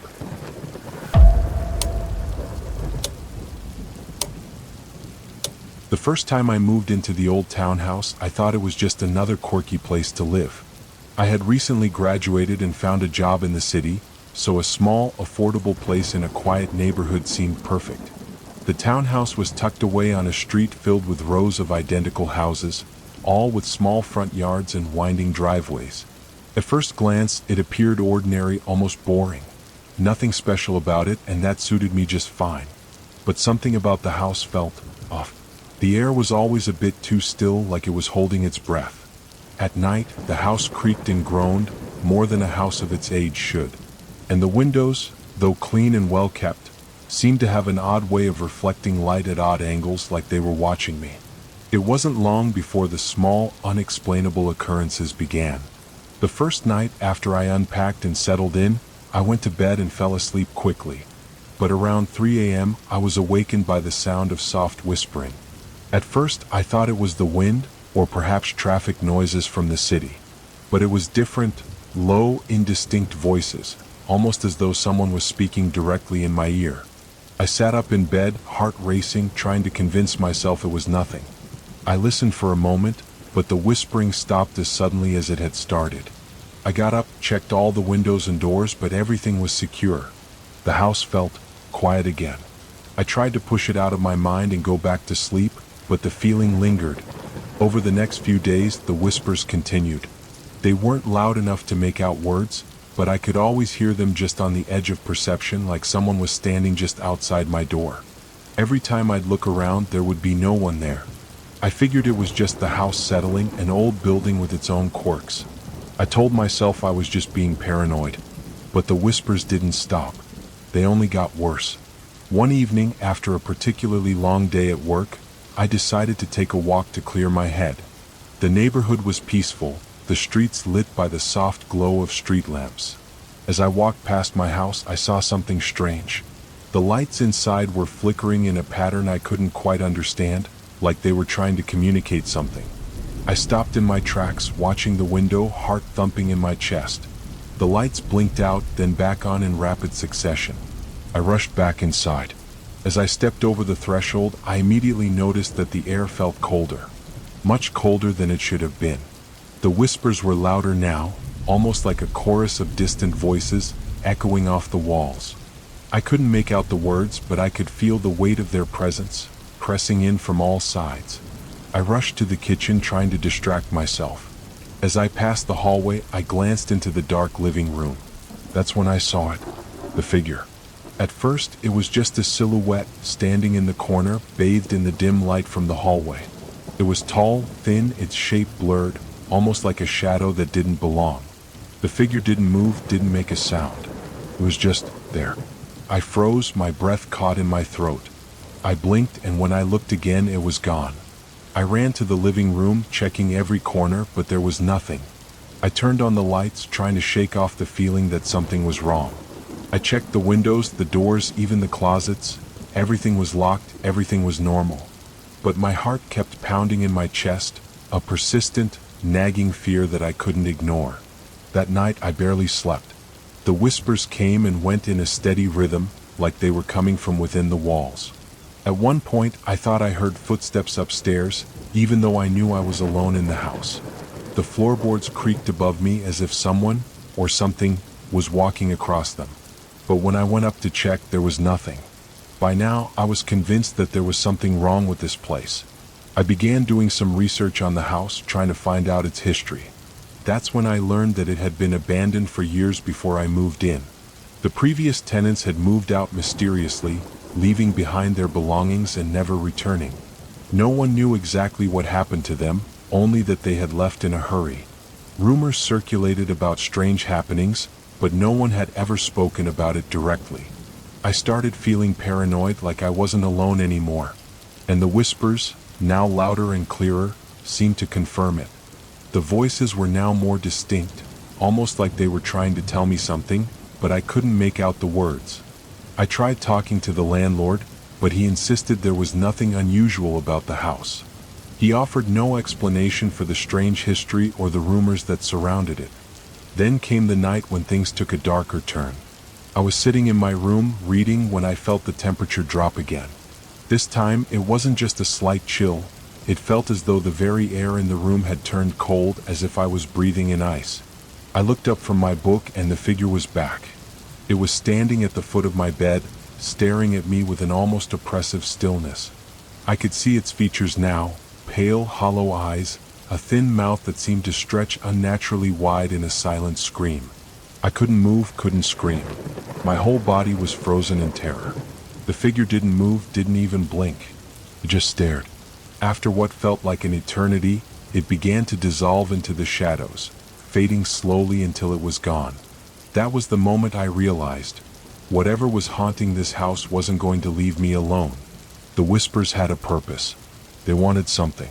The next day I left. I couldn't take it anymore. I packed my things in a rush, my hands shaking as I gathered my belongings. As I walked out the door for the last time, I heard the whispers again, faint but unmistakable, trailing me as I left the house. I turned around one last time, and in the window I saw the figure, standing silently, watching me go. I never returned. But sometimes when the night is quiet and the air is still, I can still hear the whispers. And I wonder if the house ever found its next tenant.